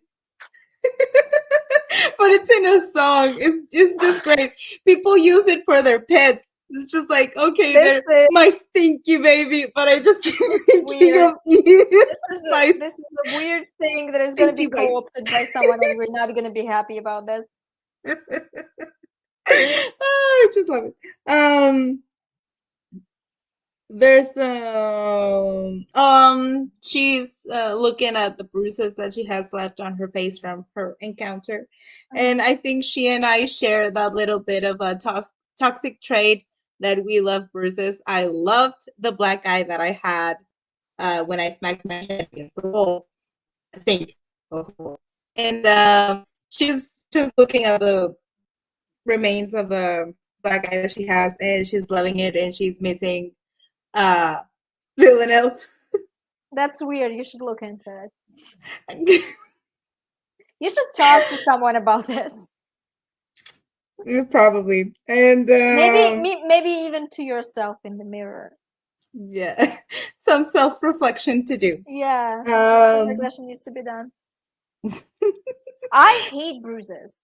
I I mean, love them. I hate bruises. I hate scratches. I hate scratches. Scratches Like I cat don't like them, but scratches. Cat scratches the most because they heal for so long. I hate being bruised. I hate hickeys. Like, don't leave a hickey on me. I'm gonna be pissed off after this. Because, like, how dare you? I I love hate them. this stuff. I hate this stuff. Like, my I body is like I have like a very thin skin also, and it's very yeah, easily bruised, and it's so ugly to me, like unspeakably ugly. So I'm like, I I love hate them. it. It looks weird. I It have this immediately reminds me that my that I have blood in me and that my veins are blue, and it's disgusting for some reason to me. You know, I don't know why. okay.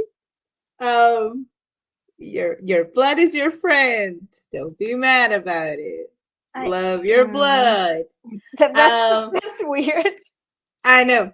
Um I So forgot what I was going to say about it, but yes, she I looks do in the love mirror, blah blah blah.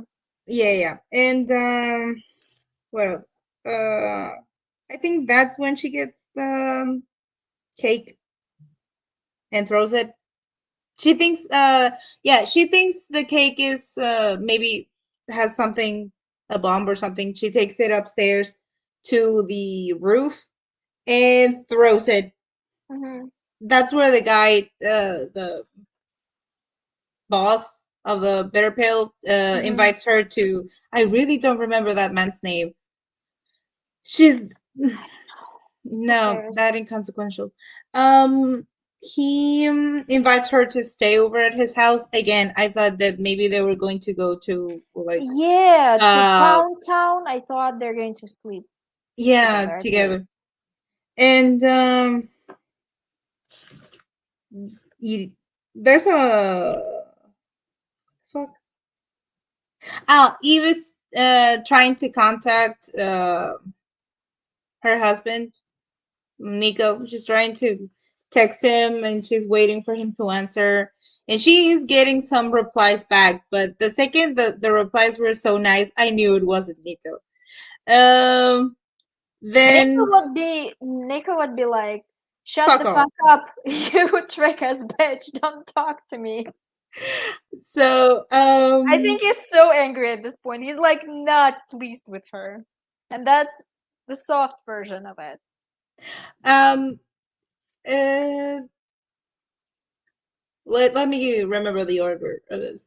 Um, so there's a cake that Villanelle sent, but also she was making a cake in Spain Like for her. I think it's a weird timeline thingy because we jump timelines a bit in this I feel like that scene should thing. have gone before she sent the And I cake. think it was before that because we see him in Poland, and then we see Eve receiving the messages. But we know that it's Dasha. But we know it only later when they show Yeah, Dasha it's a little in messy the from the episode. past. So I think the timeline is a bit crooked. So I think she actually tried to make a cake first herself, Yeah, and then and then it wasn't it was cute or terrible. tasty, so she threw it away. But it was so cute that she decided to bake her a cake. Like Yeah, the effort counts. Also, she was in a really cute like robe. kimono Yeah, robe. Yeah, gorgeous. Uh, Dasha is such a bitch about it. She's yeah, like, "You're she's aware like, that this oh, cake is not pretty. yeah, it looks terrible, but don't throw it away. Let me taste it. She tastes it and Throw it she's like, away." okay, throw it away. So Dasha comes to tell her that the 12 have accepted. They want to talk to Eve to kind of mm, talk her contract over and like Hmm. they're going to give you the job that you want. And Dasha tells her to not travel and to stay put. Yeah, Dasha leaves, and then that's when she's shopping to celebrate, I think, and she with the dress with the jewelry on the underboob area, and she meets Constantine, and he tells her about Constantine that woman that is like the wife the of the accountant, accountant. Yeah, yeah, and sends her she's oh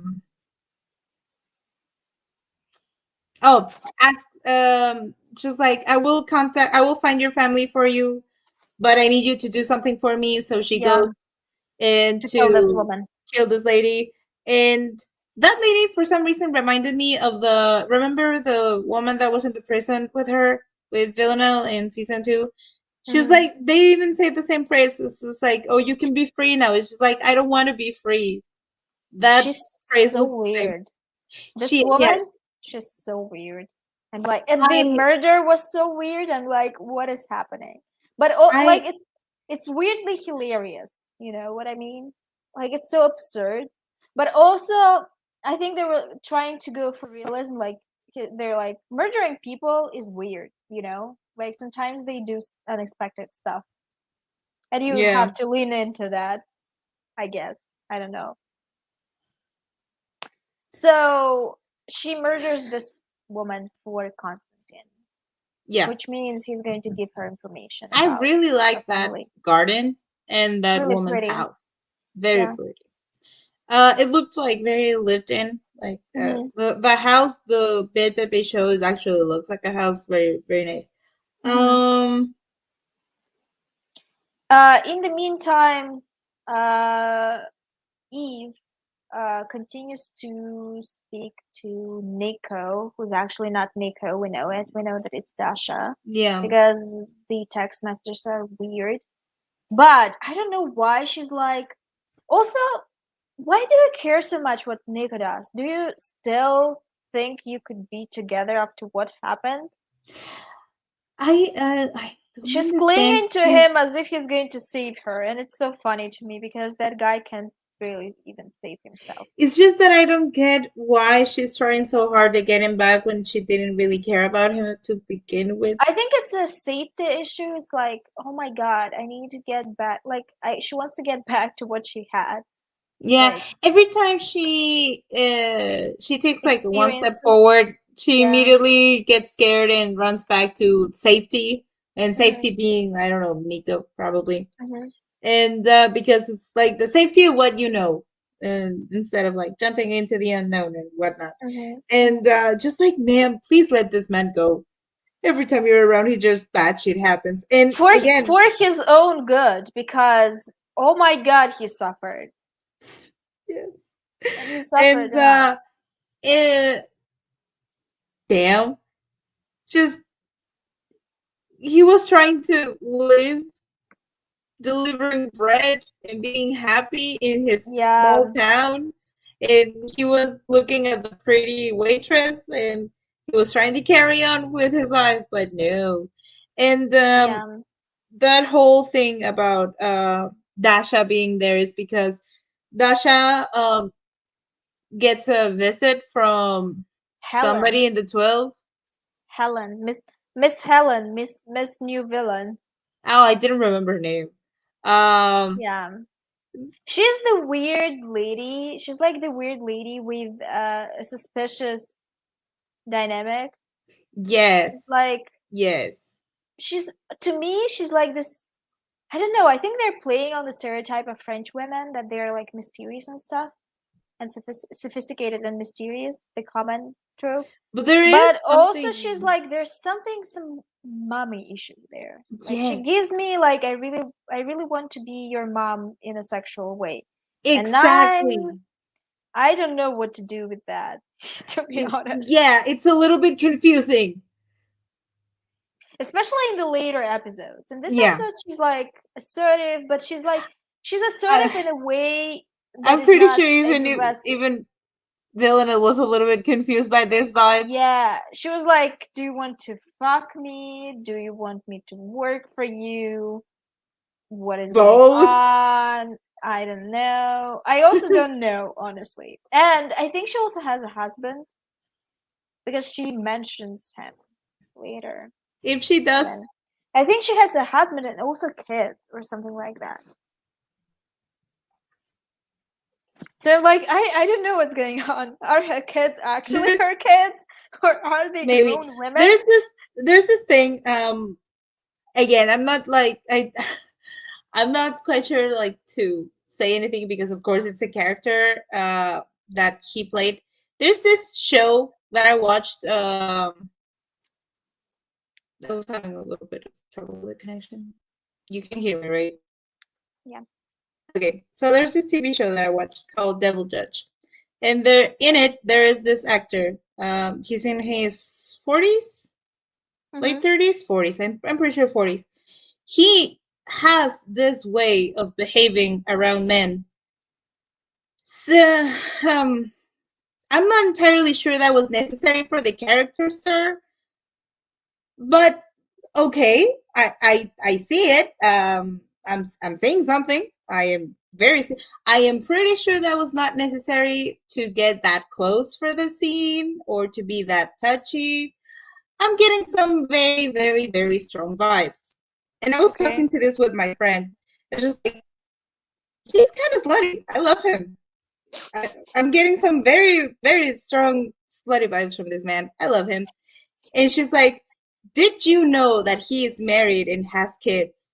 And I'm just like in real life. And I'm just like, I mean, I okay. hope I hope he had the conversation with his wife. I hope we're all here in agreement, I in in mean, in, in plain knowledge of things. it's a character and it's an actor. That's two different things. No, because I've seen like the behind the scenes. It's not the character, it's the actor that has the vibes. And I saw Maybe another character of his, same vibes. Sir, maybe he's just touchy feely. I mean, we can't really assume anything. true. But I haven't okay. seen it, so I can't be the judge. It's just okay. I'm Right. just getting the vibes. I'm getting the vibes. So we meet Helen, and we first meet Helen at her meeting with Dasha. For some reason, it's in a swimming pool, Yeah. and Dasha is swimming, and then immediately after she gets to the other side of the pool, she Grabs a cigarette. lights up a cigarette, which is I so love funny to that. me for some reason. Yes. Like this characterization is really funny to me. And Helen is in a full in clothing. I think she's in a suit. Is laying in the beach. What is Like a called? reclining chair, Yeah, like reclining chair. she's like she even has like this what are they called? Oh my god, I forgot the name in English. What Mascala. it looks Just like like a. this the silk like handkerchiefs that go around the neck. Oh, got it. It's a French thing. I think they're Yes, trying to suggest that it's a French thing. yes. Um, But she's like even with that and she's just resting, what is getting a interesting suntan. to me about her, I think, the most is that she's very assertive, clearly, and people listen to her, as in like she's clearly respected, but she's very soft, as in like she's not screaming, she's not raising her voice, Yeah. she's not stabby, she's not violent, but for some reason, you know, there there is like some kind of a power in her, as in like maybe it's the power that comes with a status, It's maybe. it reminds me a little bit maybe of what she's secret happened. maybe she's secretly unhinged and she stabs people in the back when they don't agree with her, and that's why everyone is scared of her. It reminded me a little bit of Raymond, that he looks like he's just a regular guy that you like see in the street, just any other man, and he was like very like psychotic and evil and whatnot.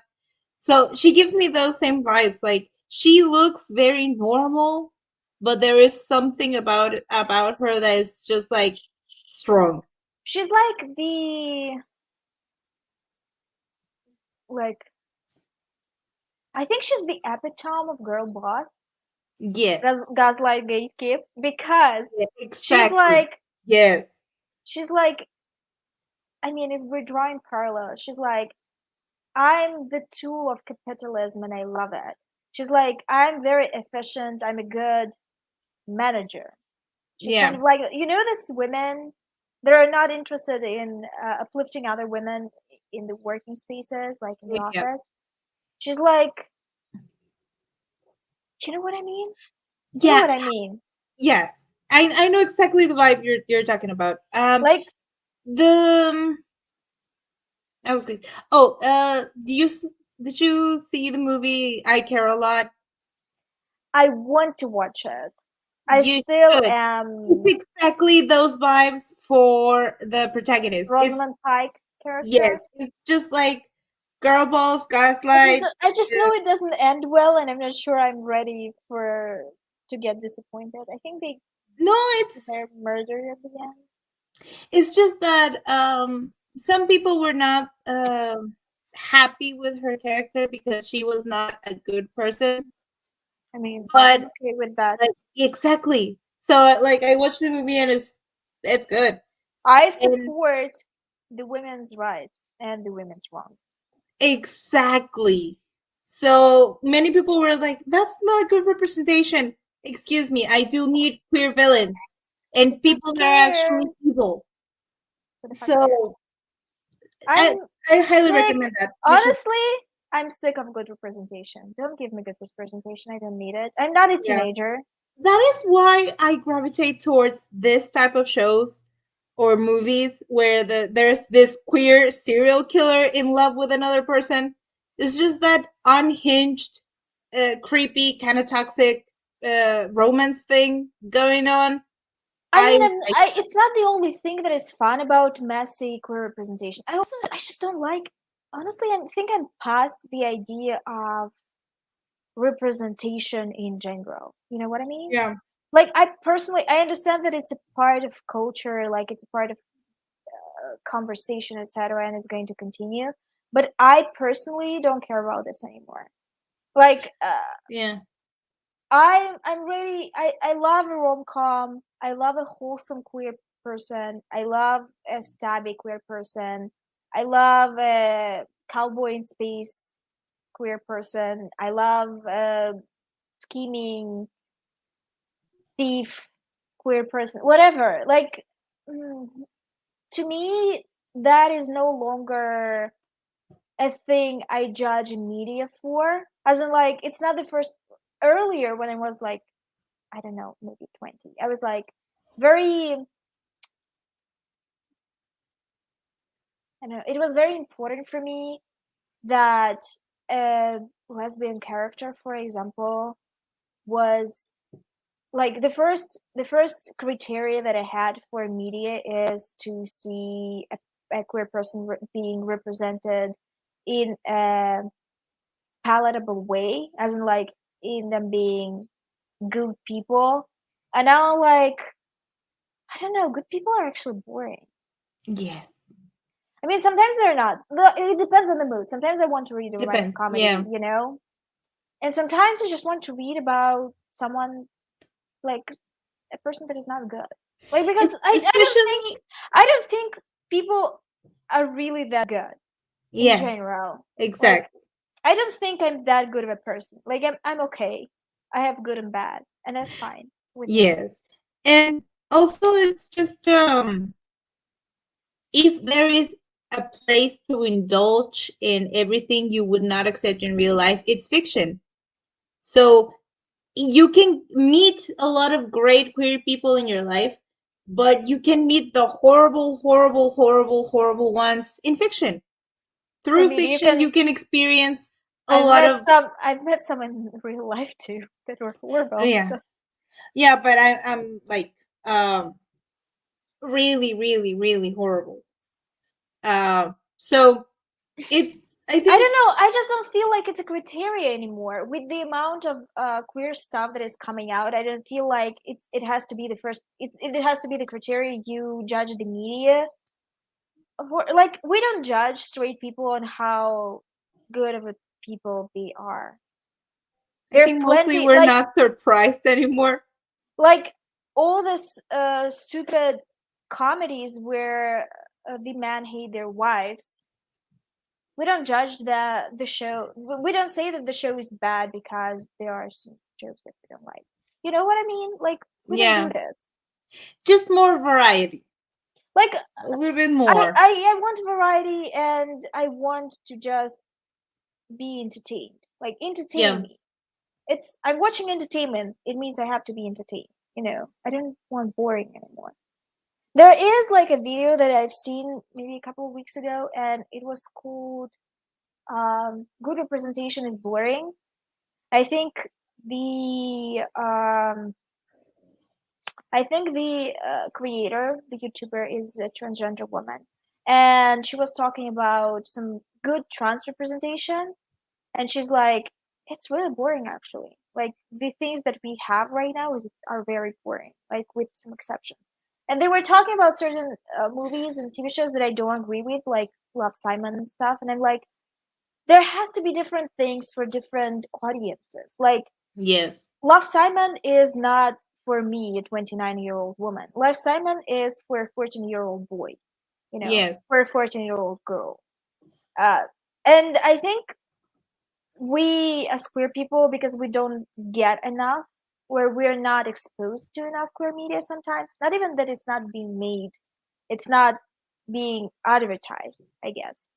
uh we like watch what's popular, and we complain because it's not actually made for us, but we're like, but we're queer, it's all made for us. And I'm like, no, it's actually not all made for us. Like queer horror is not made for me because I'm not a lover of horror, you know? Yeah. And you know what I mean. You know what I'm trying to Yes. say. I don't know why I'm trying to make it into a whole thing. Like there has to be different things for different people, and I don't think that. I think we have to dispel this idea that even in queer entertainment world, everything is done for us. Like there are certain pockets, different interest groups, Yes. different people interested in different things. Mm-hmm. Mm. I love to think that Dash works out like that. She swims one lap and then smokes. Yes, Yes. I'm pretty sure she does.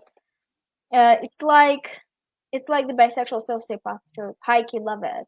Yeah. Honestly, I think it's not my place to say this, but I maybe loved a couple of entertainment stuff, medias, TV shows with the slutty bisexual trope. Okay, kind of Yeah. love that. Like the Torchwood with Jack Hartman. What's his name? Jack Harkness. Jack Harkness. Yes. Uh, Lost Girl, Yeah. uh, which is about bisexual succubus. I mean, she's Mm-hmm. by nature has to fuck many people to eat. Yes. Um, I think it just makes it fun, you know. It just makes it fun Yeah. Exactly. sometimes. It is again. It's just like how can I say? Just because it's on one TV show, it doesn't matter. It's just like people are not really generalizing those ideas anymore, so you Yeah, can explore uh, more things. And again, like you were saying, like for instance, all the whole coming out thing, same. Like it's just like we're past that. We need more something else, and it's just a variety. I love thrillers. I love horror. So queer horror and queer thrillers are just for me. That is the mix of the two things that I like. So that's what I look for, and I don't care if they're the villain. I don't care if they're the hero. Either it's fine as long as it's interesting, as long as it makes sense, as long as it's done well. So I am a big, huge, mega fan of the be gay and do crime thing because uh, I believe queer people should be allowed to do crime, but for legal as a purposes, treat, this is as as a a treat, treat. exactly. But for legal purposes, this is a joke. As a non-sociopathic and non-slutty bi, I like watching other bis living their best life. Go have sex and do murder. Do it for me. Exactly. Same. Exactly. I'm such a boring gay person. Like I'm aware that I'm a very boring gay person. I'm okay with that. Like I don't live in a polycule. Not interested in like having 10 partners. Not interested in changing a partner every single night. Not interested in having sex with strangers. Honestly, like I'm not interested in that stuff. But watching it on my TV, good stuff. Love it. Want more of Definitely. this. Like want to live vicariously through these people. Yeah, I was. I can't. I don't know if it was like after watching Bad and Crazy, watching the movie that I was watching. That I've been this entire month of January. I've been revolving entirely around serial killers. That I keep thinking it was just like, oh damn, like somebody like Villanelle, and I'm like, no, please do not, universe, do not send a person like them to my life. I may You're like like them on you the were bored. TV, You were but really bored. please do not send me a killer to my life because my stupid gay ass would get in trouble. Please do You not. you I am you had stupid. Do not. you had a rude awakening. Oh my Um, god. I don't know. I think I also recently discovered like a genre that I really really love. Apparently, I was trying to pinpoint. There are a few books that are like that that I love, and I was trying to pinpoint what exactly I love about them. Queer speculative fiction, like queer specific speculative fiction is like a very broad term for paranormal, fantasy, sci-fi. So it's sort of like Yeah. fantasy elements.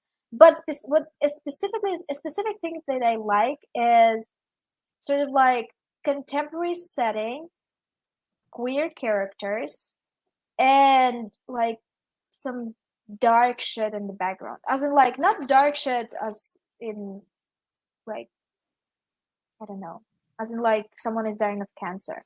But dark shit as in like there's some entity, some uh, supernatural creepy stuff in the background. You know, it's not full horror, but there are elements of it. But kind That's of what I creepy.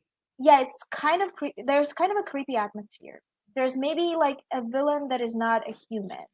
So it's like kind of this vibe. And I don't know why I like it because I cannot really watch it, but I do love reading it. So there's and it's So Kill Girls by Claire Legrand, which I talk about a lot.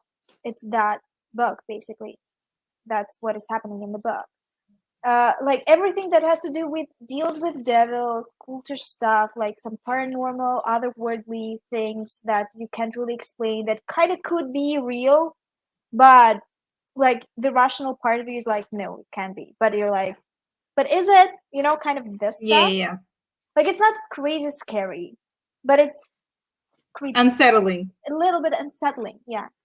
And like Summer Sons by Lee Mandello that I recently read was that it actually helped me realize what I love about this subgenre.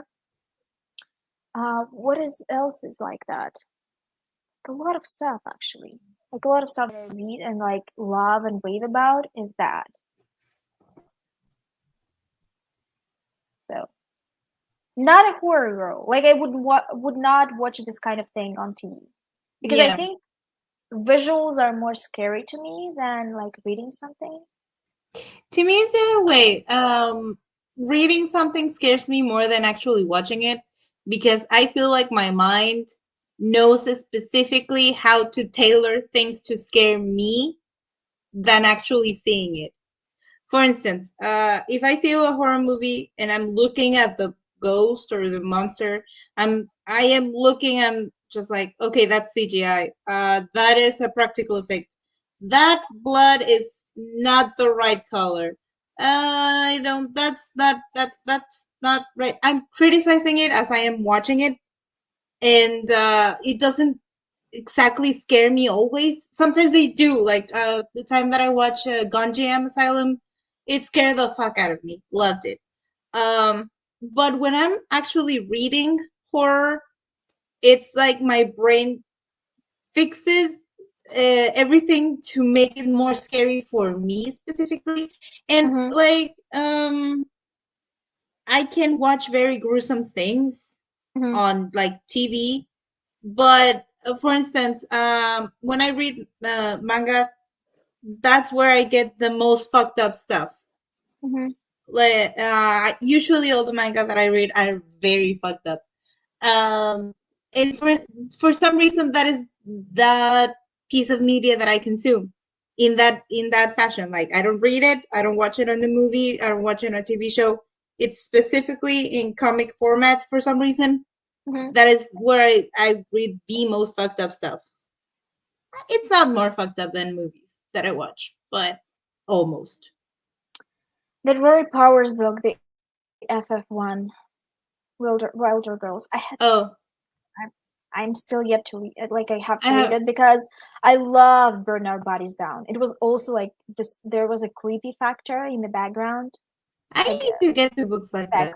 speculative, Sounds good. something crazy in the Yeah. background happening. Like I want that, and I think I was like, I'm writing. I was telling you, I'm writing a romance, and I'm like, no, I'm not writing a romance. I'm writing a book like that with some sexy scenes. So it's not really a romance. It's like creepy shit in the background, a romantic story in the forefront, but also some other stuff. So like this is my genre. I just love it. I love it. I I was I was trying to write the other day, and I sat down. And I made the draft, like the document and everything. I wrote the first few paragraphs of the first chapter, actually in order, and then I was like, okay, brain and empty, what else? head empty, no thoughts. So it's just like, okay, I am tired. I'm gonna go to sleep. I'll try to write more tomorrow. I was just resting in my bed, and I was thinking, okay, please keep thinking. Try to figure out what is next for that chapter. Instead of that, my brain decided to provide a whole different story, and I wrote it. And just please attention. I just oh wait, it's just frozen. I just Does it have the start and the end? this is something entirely different, and I would like to know why I write about things that I don't particularly like. This story is about the military, not Okay. not here, like not in this Unexpected. world. It's just Unexpected. a military unit in a fucking imaginary country. I don't know. But it's just like with the book that I'm trying to write about a monarchy. I hate monarchies and I I hate know. military. You're And I'm trying writing about to both. you're trying to make yourself you're trying to conquer it, I guess, or like to make it I have palatable for you. no idea. I actually noticed this with myself as well. I don't really vibe with second chance romances and writing a second chance romance. I am a scaredy cat and writing about there are some poor elements. Uh, there is an FM sex scene in my book. I don't really read FM Yeah. usually. I What's don't up know with that? what's up with that. I don't know. I don't know. I think our bodies automatically are trying to go through the motions of like I don't know. I don't know. And It's like weird. I get it. My at least like this that I was writing about the it's more about betrayal and extreme trauma rather than actual military. Like the trauma this guy gets, it's not even like from combat or anything. It's he's a prisoner of war. And Hmm. there's this added layer that the one that betrayed him that badly was the guy that he was in love with, and turned out that that guy was a So, massive cunt so and gave him up. you went full hard comfort without the comfort. This is just hurt. This is it You went ends full badly. you It went ends full Hanya Yanagihara. What's her name? yeah. Oh my god, a little life. No, I don't think She's like anything in this world can top a you're little life. getting a thousand of Have you pages read it? of trauma and no comfort. Yes. Fuck Have you read you. it? A little life? I no, I don't want to. I love hard I comfort. understand. I love hard comfort. I think it's a This very is just healing. hurt. It's a very healing genre. Like not genre. It's a very healing trope. Trope. Hard Mhm. comfort. And I've read some really good hard comfort. For example, like Kat Sebastian wrote this, like one of her romances, historical romances, has a hard comfort plot, and I love it. I think two actually, and it was very healing for me. And I'm like, okay, like I love it. But like the hard comfort without the comfort is just torture. Like, what's the point of that? I am fucking guilty of that shit. It's I love reading hurt comfort and I love reading angst. But when I write it, it's just angst. It's just bad. It's just You need to balance it out with something. I'm writing a medieval reverse harem erotica with some LGBT themes. To be honest, it's my job. Okay, I need this. Actually, I need this. yes. Maybe when you don't really like something, your brain tries to fix it and find a specific way you could like. I think so. I think Yes, maybe that it's really that. makes sense. That really makes sense. I think it's that. Because again, it's just, it has nothing to do. I was writing the other day. Oh fuck! I think I told you ages ago. I was writing a western. It's Not a a Western.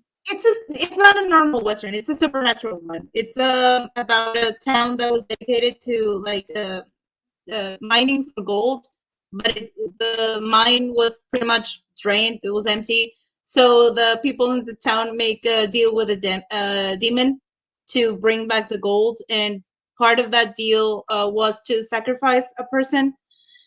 Not really dead.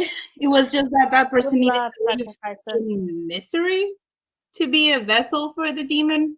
And then the demon did came into the body and it bounced and it left the town to rot. With it's just like the person, the one that broke the contract was not the humans, it was the demon, and they Mm-hmm. are chasing the demon to bring it back so they can bring back prosperity to the town. Mm-hmm. Mm-hmm. And the demon went to hide in a human body, and it's hiding in a town a few towns over. And That's that is actually it's very subversive and interesting. Like I've never heard about this kind of concept before. so that is the western that I was writing. Well, And when you finish, ring me up. I will try. 20 I years later. please. I have so many and none of them are finished. Uh please, Lord, let me finish one. And I was writing another one about a guy that wakes up in his apartment and is every he wakes up in his apartment without memory of what happened, and the windows are covered and he can't leave the apartment. Mm-hmm. And it's about vampires, and it's most about the um when people save you from suicide when you want to die, but people don't let you die, and now you're living in a very strange existence that is not quite yours. So yeah, stories. And I can get bits of every other story except the one that I'm supposed to be writing now. So I know the moment I try to write something else, then I will be able to write the one that I'm supposed to be writing. It's a procrastination technique. You do know that. Should we come back to our The TV episode. show that we're We have trying to like talk 5 minutes about? left of the episode, I think. I think so. So basically, what happens is Eve comes to Poland Yeah. Oh yeah, to Nico. Helen. Before that, Helen tells her Dasha that they need Villanelle to be completely focused if they are going to give her the new job. So to keep her control, they needed to get rid of the distractions.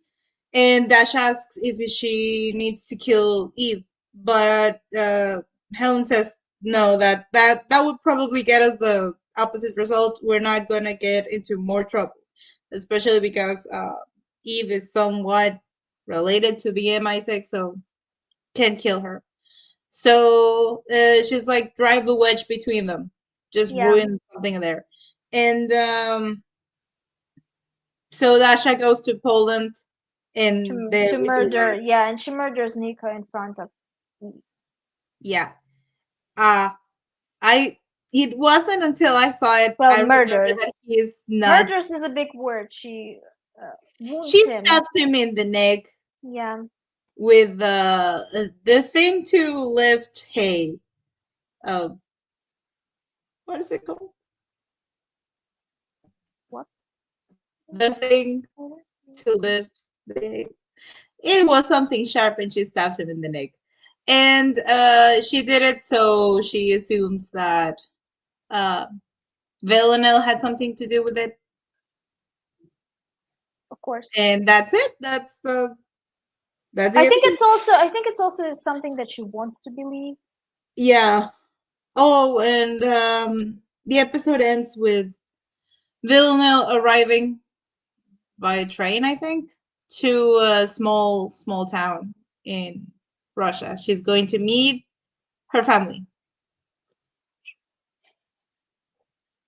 A pitchfork. Thank you. Pitchfork. Yeah, it is a pitchfork. Yeah. Were you trying to find the word? I got distracted for a second because there's such there like Roman's Twitter doesn't shut up ever. Like shit is happening. Like it's been like a week of this, and I am tired. I am What tired. What is the drama now? First it was like some Jack Edwards guy. I can't remember his surname. I think it's Jack Edwards. He's like a booktuber, like a big booktuber. He mostly talks about literary fiction, but like about other stuff too. And supposedly he's funny. I don't watch him. Basically, he was reading romances for a video, like a lot of romances. As you notice that a lot of men in those books are described as big, like big. He has big hands. He has big.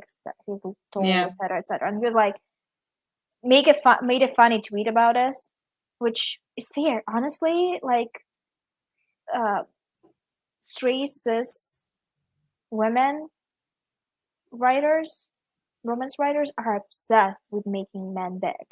Yeah. So they would feel small, like that's a thing.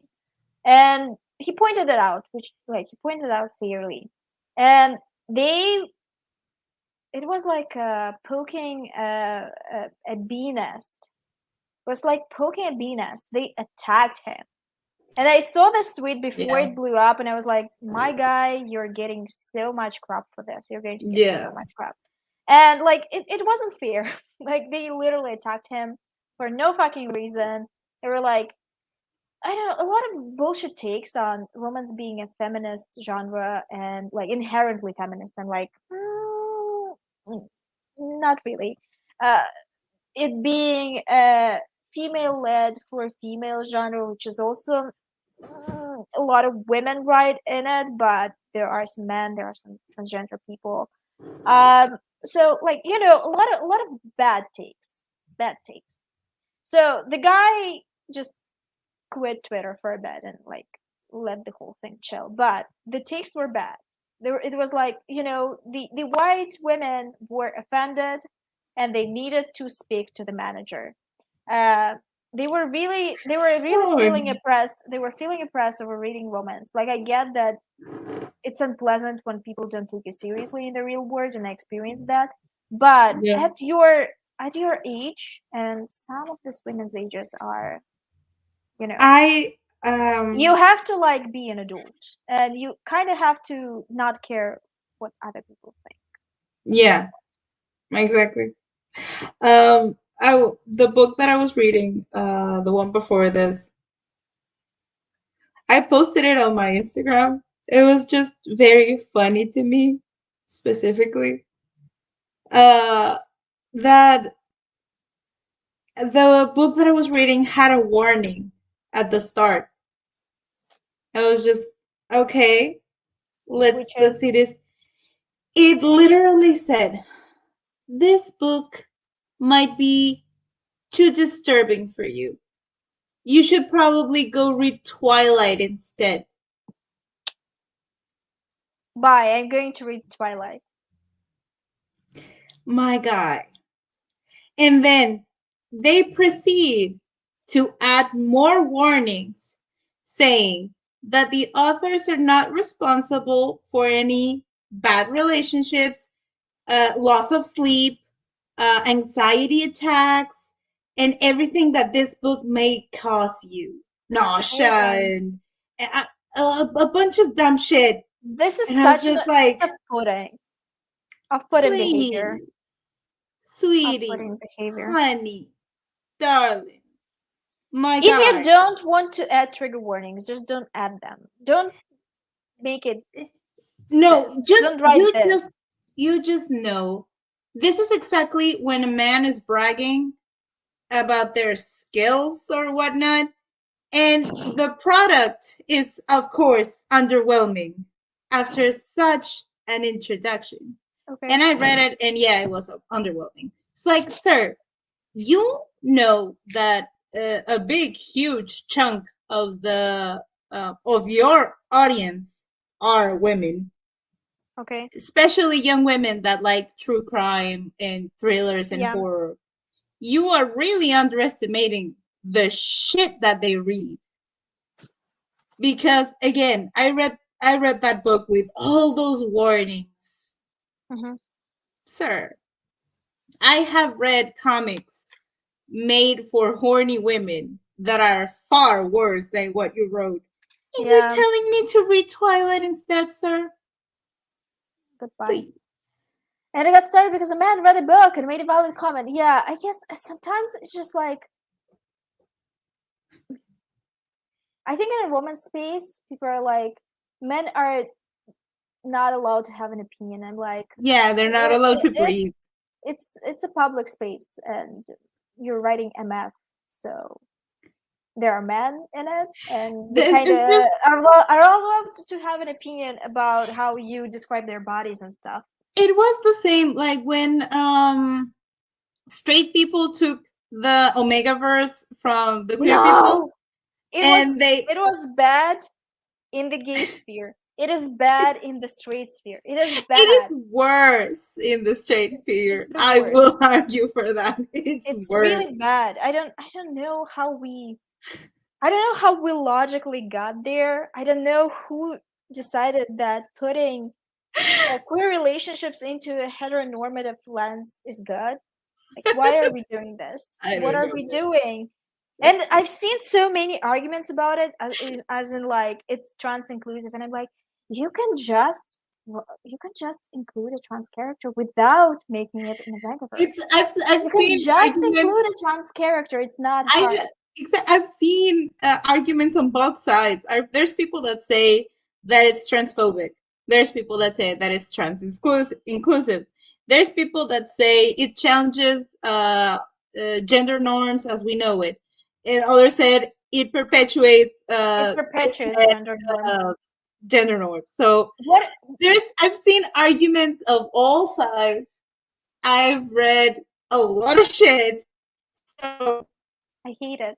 I have no words for that, except that the straights did make it worse.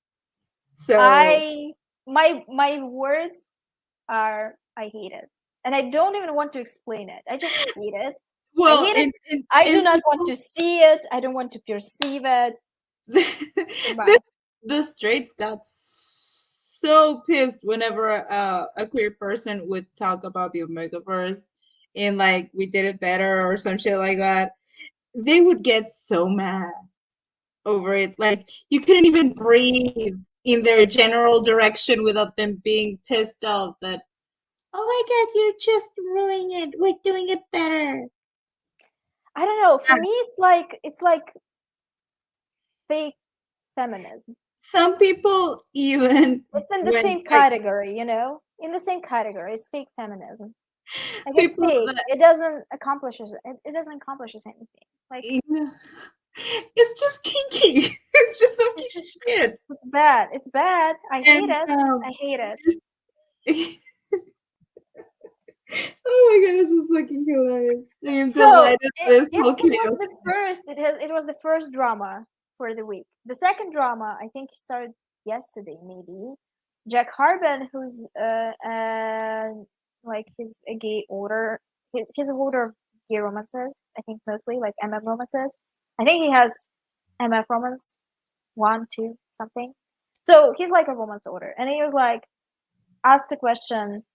He literally tweeted. I think he should post it actually because it's not the first time he tweets it. So he's like, what do cisgender straight women gain? I think from only publishing MM romance, like exclusively publishing MM romance, and like what do they gain? Money, because they get a readership for one book, and this readership is not going to read MF for sure. They're not going to read FF. We can be like pretty confident. And people are like, and what he was trying to comment on is that there's no space. Like it's more of a commentary on industry, actually, on like the publishing industry, because they don't. Um, there were a couple of occasions where they tried to order MM books from female authors, literally order to publish. So not them writing a book and offering it to the publisher, the other way around. Yeah, And it almost, as I can tell from those threads, it never happens to like male authors. No one offers them anything. So it's like kind of like a very thin entry, and they cannot sustain a living writing MM romances, although there apparently is an audience for it, but like the public, you know what I mean. Like they cannot, yes. like it's supposed to be their space, obviously, but they cannot write. But also like I don't know if this readership that reads romance from this women, uh, that exclusively, like he specifically mentioned that exclusively writing romance, and like it's specific people. Uh, I don't think this readership is going to jump ship and is like going to start reading from male authors, from trans authors. They're not going to read. It's just they say, okay, we're going to sell it because it gives us money, but we'll only accept when it's a fetish rather than representation from like own voices. I think it's also, yeah, my biggest beef is with the publishing. I think also maybe on the other hand, I'm like, if there is a readership, right, people will read something that exists. So if the product doesn't exist, there's no way they're going to like find it, etc. So it's like obviously publishing needs to make steps to publish more and to also market more, not Yeah, just um so it he makes valid points. It's just some people decided to twist it, and they twisted it so hard it lost meaning. They're like, so you're telling women what to do? Women are reading because they are sexual assault survivors and because they can't, that point, because they can, and because there are not many women in media, like not many well-written women in media, and like it's 2021, my guys, 2021, please stop. yeah. I do remember I've seen like the argument that back when, like for instance, Simon, Love Simon came out, but they were saying, okay, but why are like most famous books about like male romance written by women? And someone had the audacity to say it's because women write that more than men.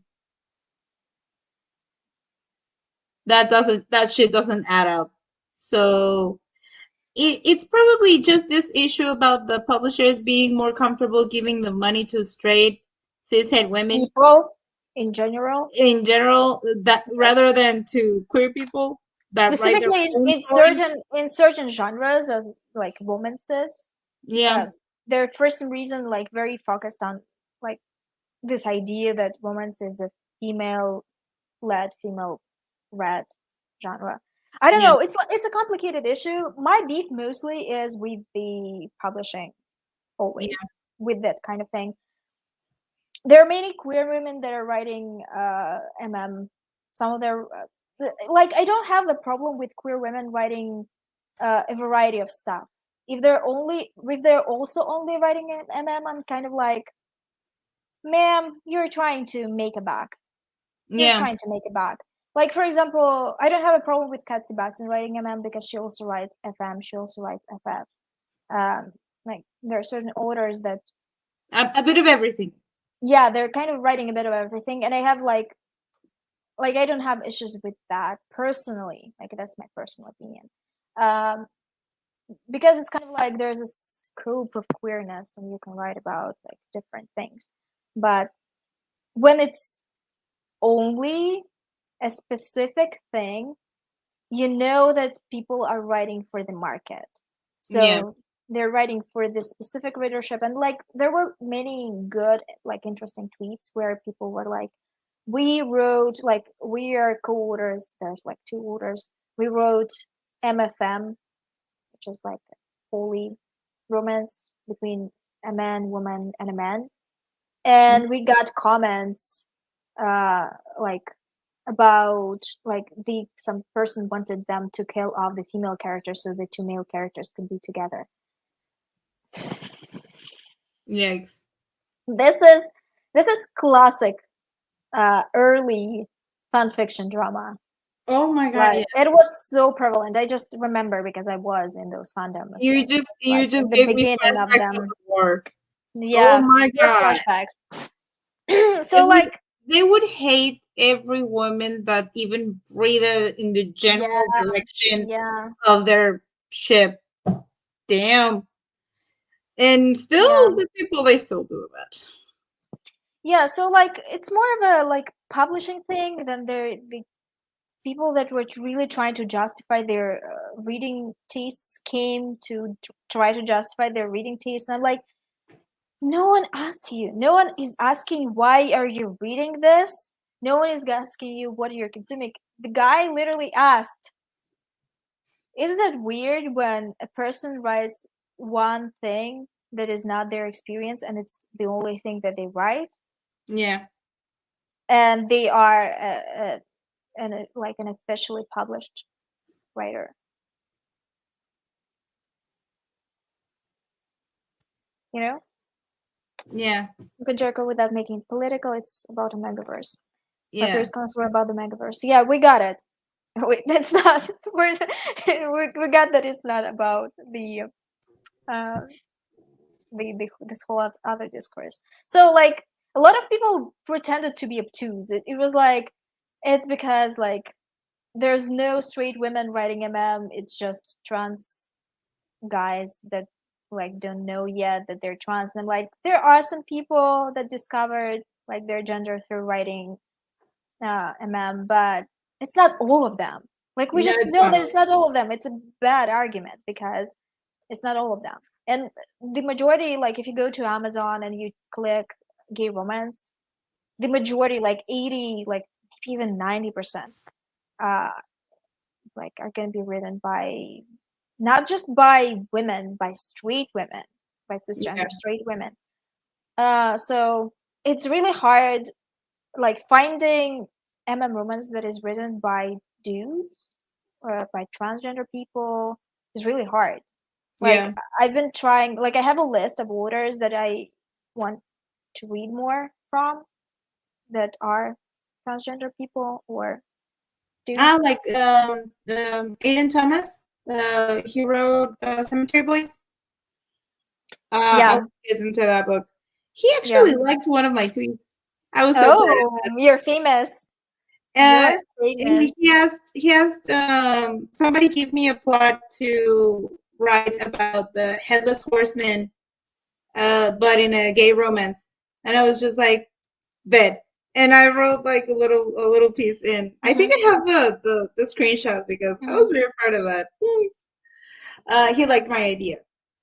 Hey. Yeah. So like and it's even harder. I think in young adults we see more queer men writing Yeah. queer romances, especially this year. Like I've seen a lot of not like announcements, and I'm happy for them. I'm just like not into young adult anymore, so I'm like looking for adult romances, and it's harder. Like it's very hard. There are a few dudes. Like I have like 10 names maybe, but it's hard to find them. Like especially because of the whole pen name Yeah. thingy, where like people are using pen names, so like difficult. Uh, Wasn't I don't that know. a thing that there was a writer that was making Yes, that was writing romance and pretending to be a guy. yeah. What was it? Santina Hassel. And I actually loved her novels. Like if she actually like wasn't pretending to be a dude, I'd be like, okay, like she's actually a good writer. But she was like it was so insidious. Like it I was Yeah, bad. it's just that like I get when you want to write a story and you don't want people, because honestly sometimes I read books and I could not give less of a flying fuck about Hooks. who the author Mm-hmm. is, because I like the story. I don't care who wrote it. And I even like when I write my books, I won't be like mm, putting like my photograph and doing stuff there. I want people to focus on my story, not me. So, I think it's eh, more of a discussion of who gets the funds, who gets the contract, who yeah, gets the, it's an allocation of resources kind of discussion, yeah, more yeah. so. So, like, I do understand, and it's also important so you know that you're not giving money to a terrible person. But still, it's just like I don't really care that much. And when it's people just wanting privacy, I don't mind. not people trying to like Con you? yeah, exactly. There was also another guy that was pretending to be a woman writing thrillers, I think. Riley Sager. He's very popular. Yeah, that one. Like people really like forgot about the whole thing. I just remember because I saw that on Tumblr from like ages ago that I don't know if that was an actual quote from him that said it's just that when people read more thrillers written by women, so it's really hard as a man to get a successful thriller. I was just like, It's obviously a deliberate decision. Like they thought about it with his publisher yeah, and decided to do this. So now when he's popular, no one cares anymore. You know. yeah. We're like, okay. Um, But it's like there's to this point, like even if somebody's a douchebag, that's fine, or is like a bit of an asshole. Being an asshole is not that bad. When they are actually like really shitty people, that's when I do care. But oh I well. mean, I don't know. What happened is this discussion is now twisted. It's not about this same thing that it was like that this guy started with. Like they started talking about FF romance. Like they started talking about how unfair it is that queer women are writing MM because FF is not selling, and how wrong they are in their decision. And like, are they wrong though in their decision because they wrote MM once because it was the story that they wanted to write and they got some money and now they're writing FF. It's kind of the case with Casey McQuiston because they came out with MM first Yeah. and now I think they're exclusive writing FF, which I think it was actually smart. Maybe it's not very ethical when we like think about it, but also at the same time I'm like, It's just that you can't really like it to me it doesn't make sense to expect one solid exclusive thing from an author and just like put them in yes, that box and be same, like you can't move from this box or you will disappoint yes, your readers. That's bullshit. yes. If I want to write like I actually do have like I don't know, probably a third of my stories are FF, others are MM, others are uh I do have a couple of uh, polyamorous relationships. I forgot the word for a second, and Mhm. I have a bit of everything. I even have a few straights there, mixed Wow. mixed in for variety. Revolutionary stuff. Diversity is important, so Yes, I will yes. make an effort to include the To straight contribute to the MF uh genre. I wanted to say genre, genre. yeah, in the community, so they have Yes. some Something to read. visibility. Yep. Most of them die, but um, I know we're fighting against the terrible, terrible trope of burying your straights. But you couldn't resist. You It's thought it's gonna be more that epic is this way.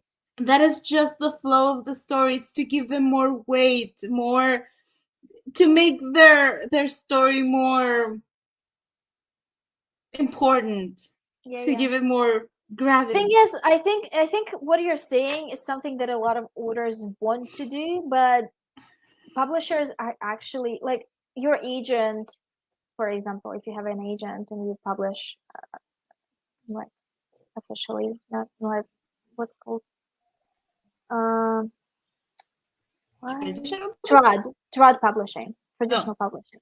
Like if it's traditional publishing, you have an agent and they actually tell you which books to develop first. So because they kind of help you with your career, and it is not even in self-pub spaces, it's not advised to write something very different every single time. You kind of have to build your audience first, yeah. then you can jump. Although some people are saying never jump, just make another pen name. Like that's also kind of Yeah, can be a thing. Maybe some of these authors that are writing are not writing exclusively they're just writing under different pen names, because especially in probably. self-pub, um, people use a lot of have a lot of pen Yeah, names. that would probably be useful for me because I write a bit of everything. Again, like I Yeah. got sci-fi, I got fantasy, I got contemporary, I have historical, I have the western, a single only western. Uh, I don't. one one and only from this order. I was literally the day I woke. I was writing it in the middle of the night, and I just went to my mom, just like with my phone. I wrote a western for some reason. I have a neon noir uh story. This was like the movie Terminal, but gay. Okay. So yeah, Sean McGuire has like 4 pen names. It's true. yeah. I'm using different pen name for my sexy stuff and my sci-fi, fantasy, other stuff. I cannot even come up with a pen name. So basically, I mean, this whole I think it conversation would is be fucking easier for me stupid. to come up with a pen name that actually publish shit under my actual name. The conversation is fucking stupid, and now people are deliberately trying to play stupid when Jack was talking about something else entirely in the first place, and everyone is pissed off. And I am tired, and I want to block every single person, I'm a little. even people that, even people that uh, have the right opinion. I'm just fed up with this conversation at this Yeah, point. I'm just a little confused as to why are you so defensive? Just read what you like. I mean, no one asked them.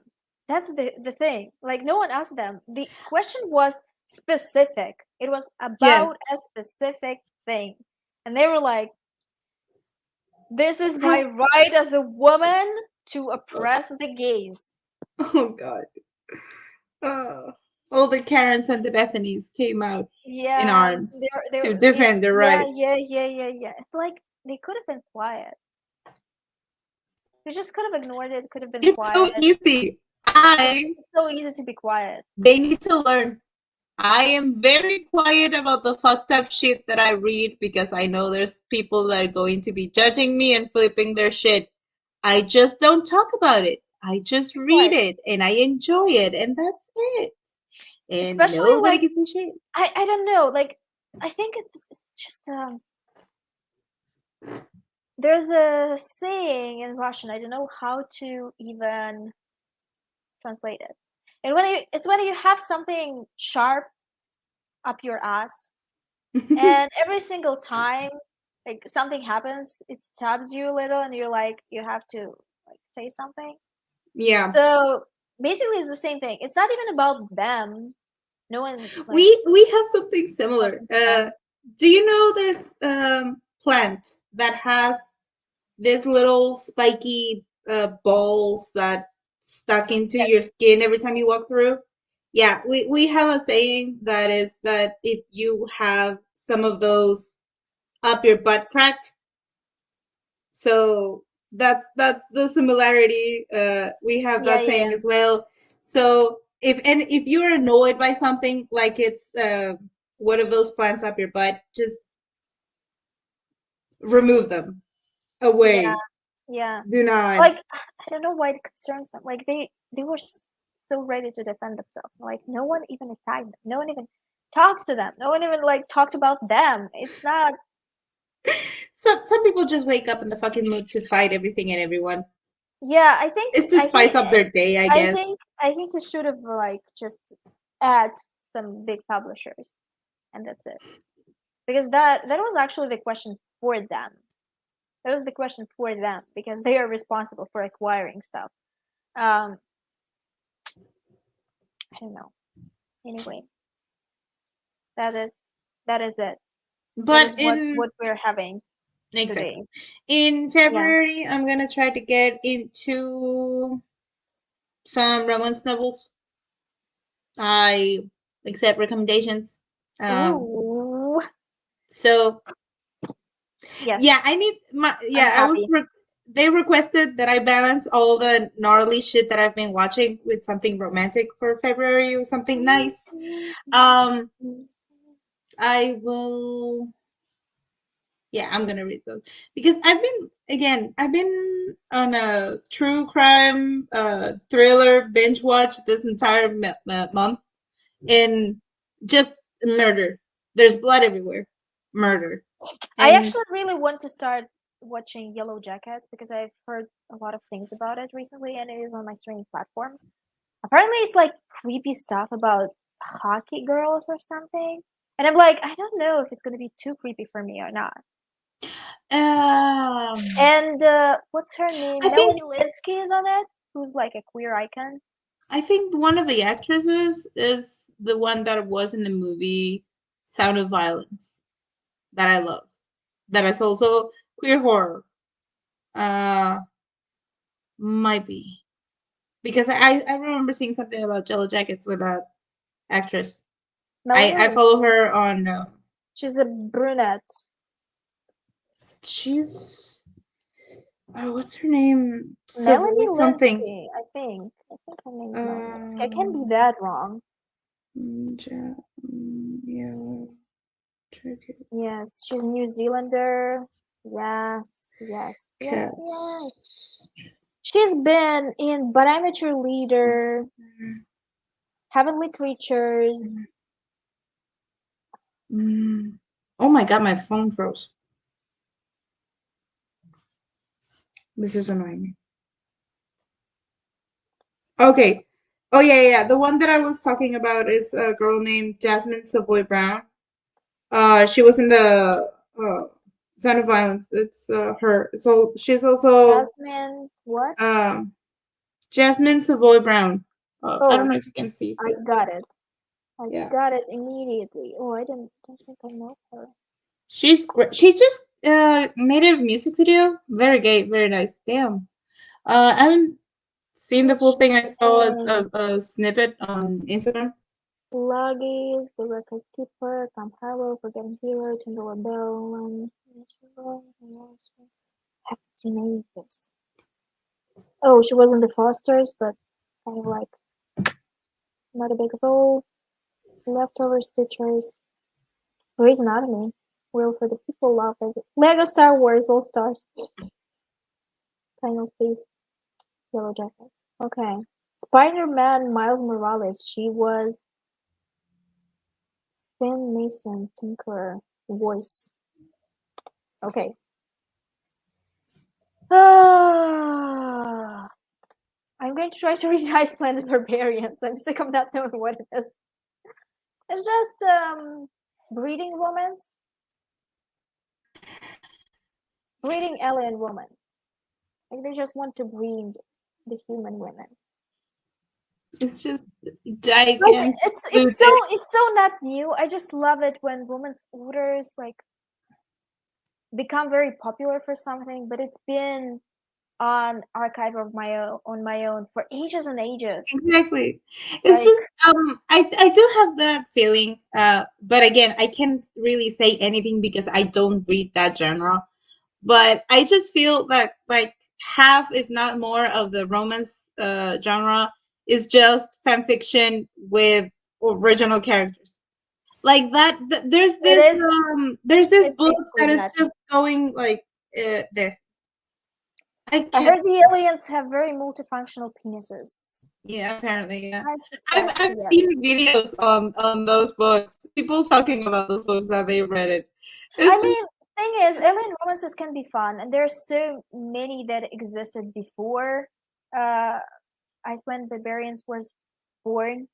yeah. Um, there were a lot of alien romance back in the day when I was younger. MF alien romance. All they all feature abductions.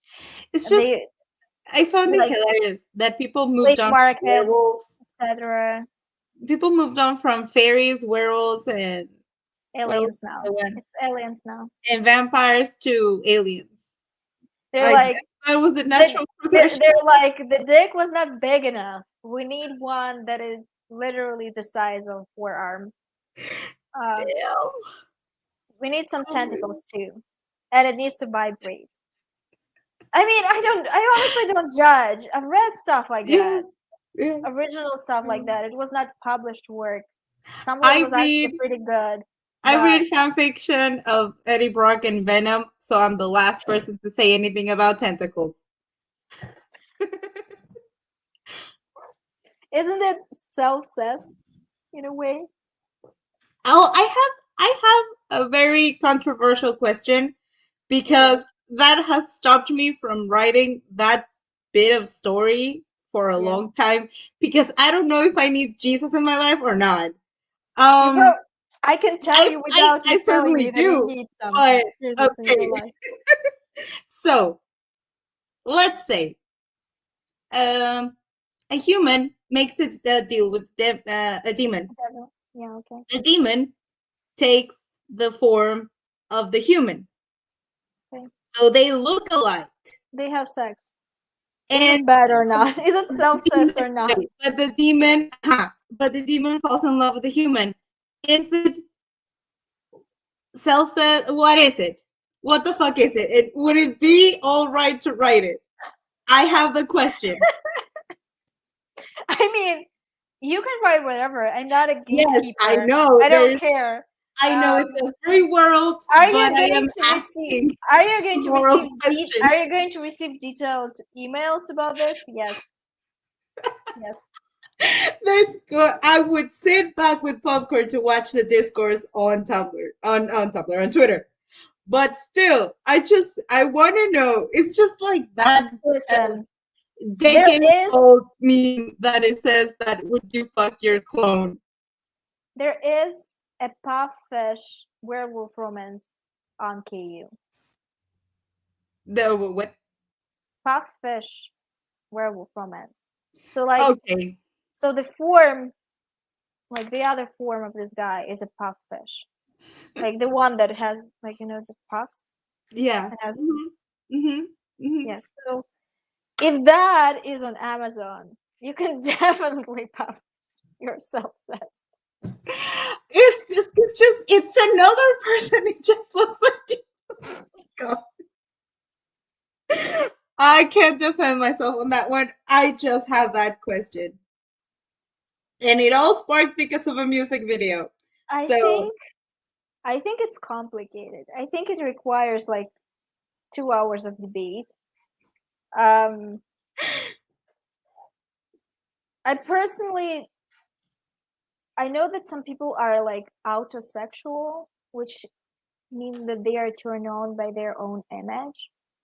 So it has an extra layer of if the person you fall in love with looks like you, wouldn't you learn to love yourself from an outsider's perspective?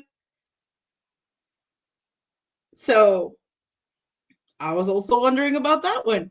Like, wouldn't it I help? mean, there is merit in like this phrase that we're choosing people that look like our family, um, or like us in a way.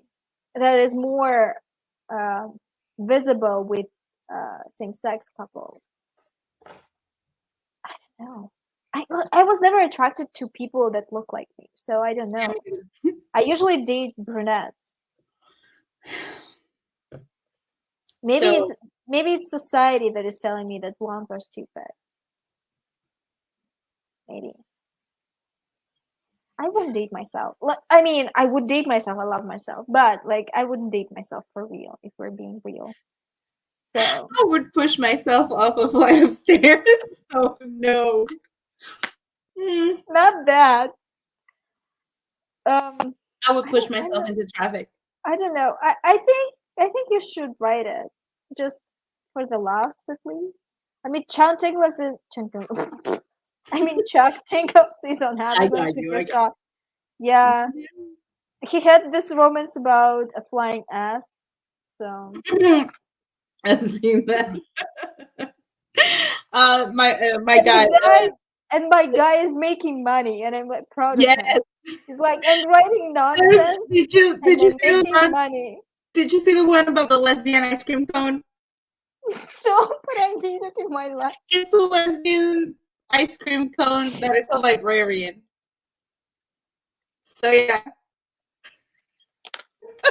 I'm sorry, the coronavirus box Mm, just made me giggle so much. I know that it's It, bad, but it it made me gives laugh me so much. it gives me a lot of peace of mind Do to you know know that all the wild shit that is published. there is a sequel and it's FF? A what? A sequel to the coronavirus book. To the Oh my. coronavirus romance and it's FF. And I contemplated, I'm not going to lie.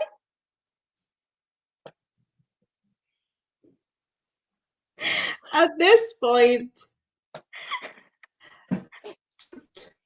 let's just yeah. I know about the lesbian ice cream cone out, actually. Yeah. I don't follow Chuck Tingle's career. No, Um, I didn't even know about the existence of this man until this guy that I watch on YouTube, Dominic Noble, made a video about him.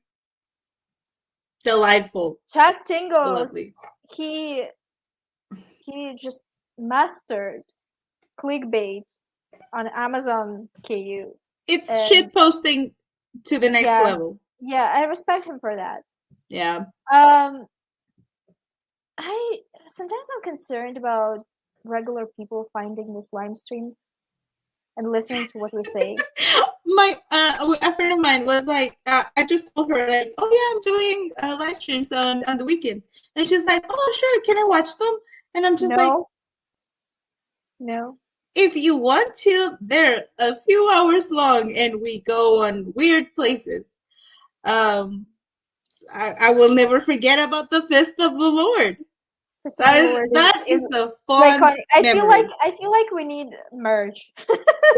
Definitely. Fisting merch. Honestly, honestly, I think at some romance thing, people were like talking about how they encountered their romance novel about fisting, and I'm like, where are you finding it? I want it. Fisting romance, please. I think at this point, I'm like unhinged enough to read that. I just read somebody that someone said that on a very popular book right now there's a fisting scene, Yeah, but I it's can't remember. She Who Became Became the the Sun, Sun. and I'm reading it for it specifically for the fisting It's on scene. it already was on my want to read list, Bumped it but up. I was they really yeah. Like I'm I want reading to know this. about that. That for research purposes, for science. I mean, Uh, I just think it. Oh God, I'm not going to say it on a live stream. I wanted. I At some point I was like, there's not enough in FF, and I want to write it. I mean, honestly, I feel like in FF we're getting like real talk. I think in FF it with like how I don't want to use diverse, but okay. With how diverse sex between two women can be, we get the most basic, most uninspiring stuff. As in, like, we kiss, there's some foreplay, there's fingering. We kiss, there's some foreplay, someone is going down on somebody, that's it. yeah. And I'm like, no, let's make it fun. Let's make it fun. Like, I don't know, maybe like my brain is too adventurous, but I'm like, why are we not writing the wildest shit ever? It is only fair because since the straights get so fucking creative, we're allowed to get creative as well. So I mean, honestly, I don't think regular like straight people that don't read romance or stuff, they are very experimental with their sex lives. Like, at least that's what I know from my straight friends. yeah. And I'm like, and the queer people do all kinds of shit. So I'm like, why not fisting? Some fisting, some anal, like, Now let's do this. I have the impulse To write a fisting embroider scene. to no to embroider To read a the fisting logo scene. for like the fisting of the Lord thing, Yeah. Okay. cross stitch. Okay. Should definitely try it. Yeah. Yeah. Okay. I'm I not think sure how so. graphic though. Just write it. Honestly, I cannot look at the like this famous poster, like feminist poster. You know what I'm talking about? Yeah. That poster. Mm-hmm. Yes. I'm immediately reminded of the. Yeah. So I'm now even more concerned that people were going to find this live stream. No, it's actually good that you just. This is going to self-destruct later. Not Yeah, later enough, but it's a point that is like where we're going to finish with killing streams. I'm going to give it a couple of months, and then it's going to self-destruct. Yes, I love 𝕊𝕆𝕀𝔸𝕃 too. That's how I know the lesbian ice cream cone. I've never yes. heard about this person. Oh, He he's the was best. just living his best life. Yeah, I feel like he's just vibing. Dude is just vibing. Yeah. Okay. I'm not going to write a fisting scene, I think. Not yet. Valid. I'm not ready for it yet. I need some prep first. But I am going to write some anal, I think. Honestly, like why not? Why not? Well, at this point, anyway, if we're going to write books and publish them and show our fucking faces when they ask for signatures or for like talking at a panel or something, promoting our Do books, this. we When need people to be do this, prepared for that shit. people do this. And imagine if you're like presenting your book at a bookstore and people are like, in this scene, you're writing about fisting. And what do you do when people actually ask you stuff about your sex scene that you're writing? Oh, well, I will And dodge that bullet because how do you not expose your ass in the process? I am safe from that. I will leave you alone with this because most of my books don't have sex scenes at all. Or So fisting? I am leaving you alone with this. You Yeah, I will need to have figure to deal out. with it. I need to figure out how I'm going to talk about the fisting in my books. Listen, Well, we're this is joking. practice. This is practice. We're joking, but I feel like I need to, like, every author has a list of things they want to achieve. Excuse me in the comments. Wait, read comments. I love the surprise fisting and tipping the velvet too. Absolute cherry on top. Loved it. Yes. I didn't know that. This book is That was wild. also on my list. Now This it book is will fully fire. wilding. It adds so much. It's so good. Anyway, every author has like a list of things they want to achieve. Some of them are like, I want to sell them screen adaptation rights, and I'm just going to write down, I want to write a fisting scene in my right now. I'm gonna do this. At some point.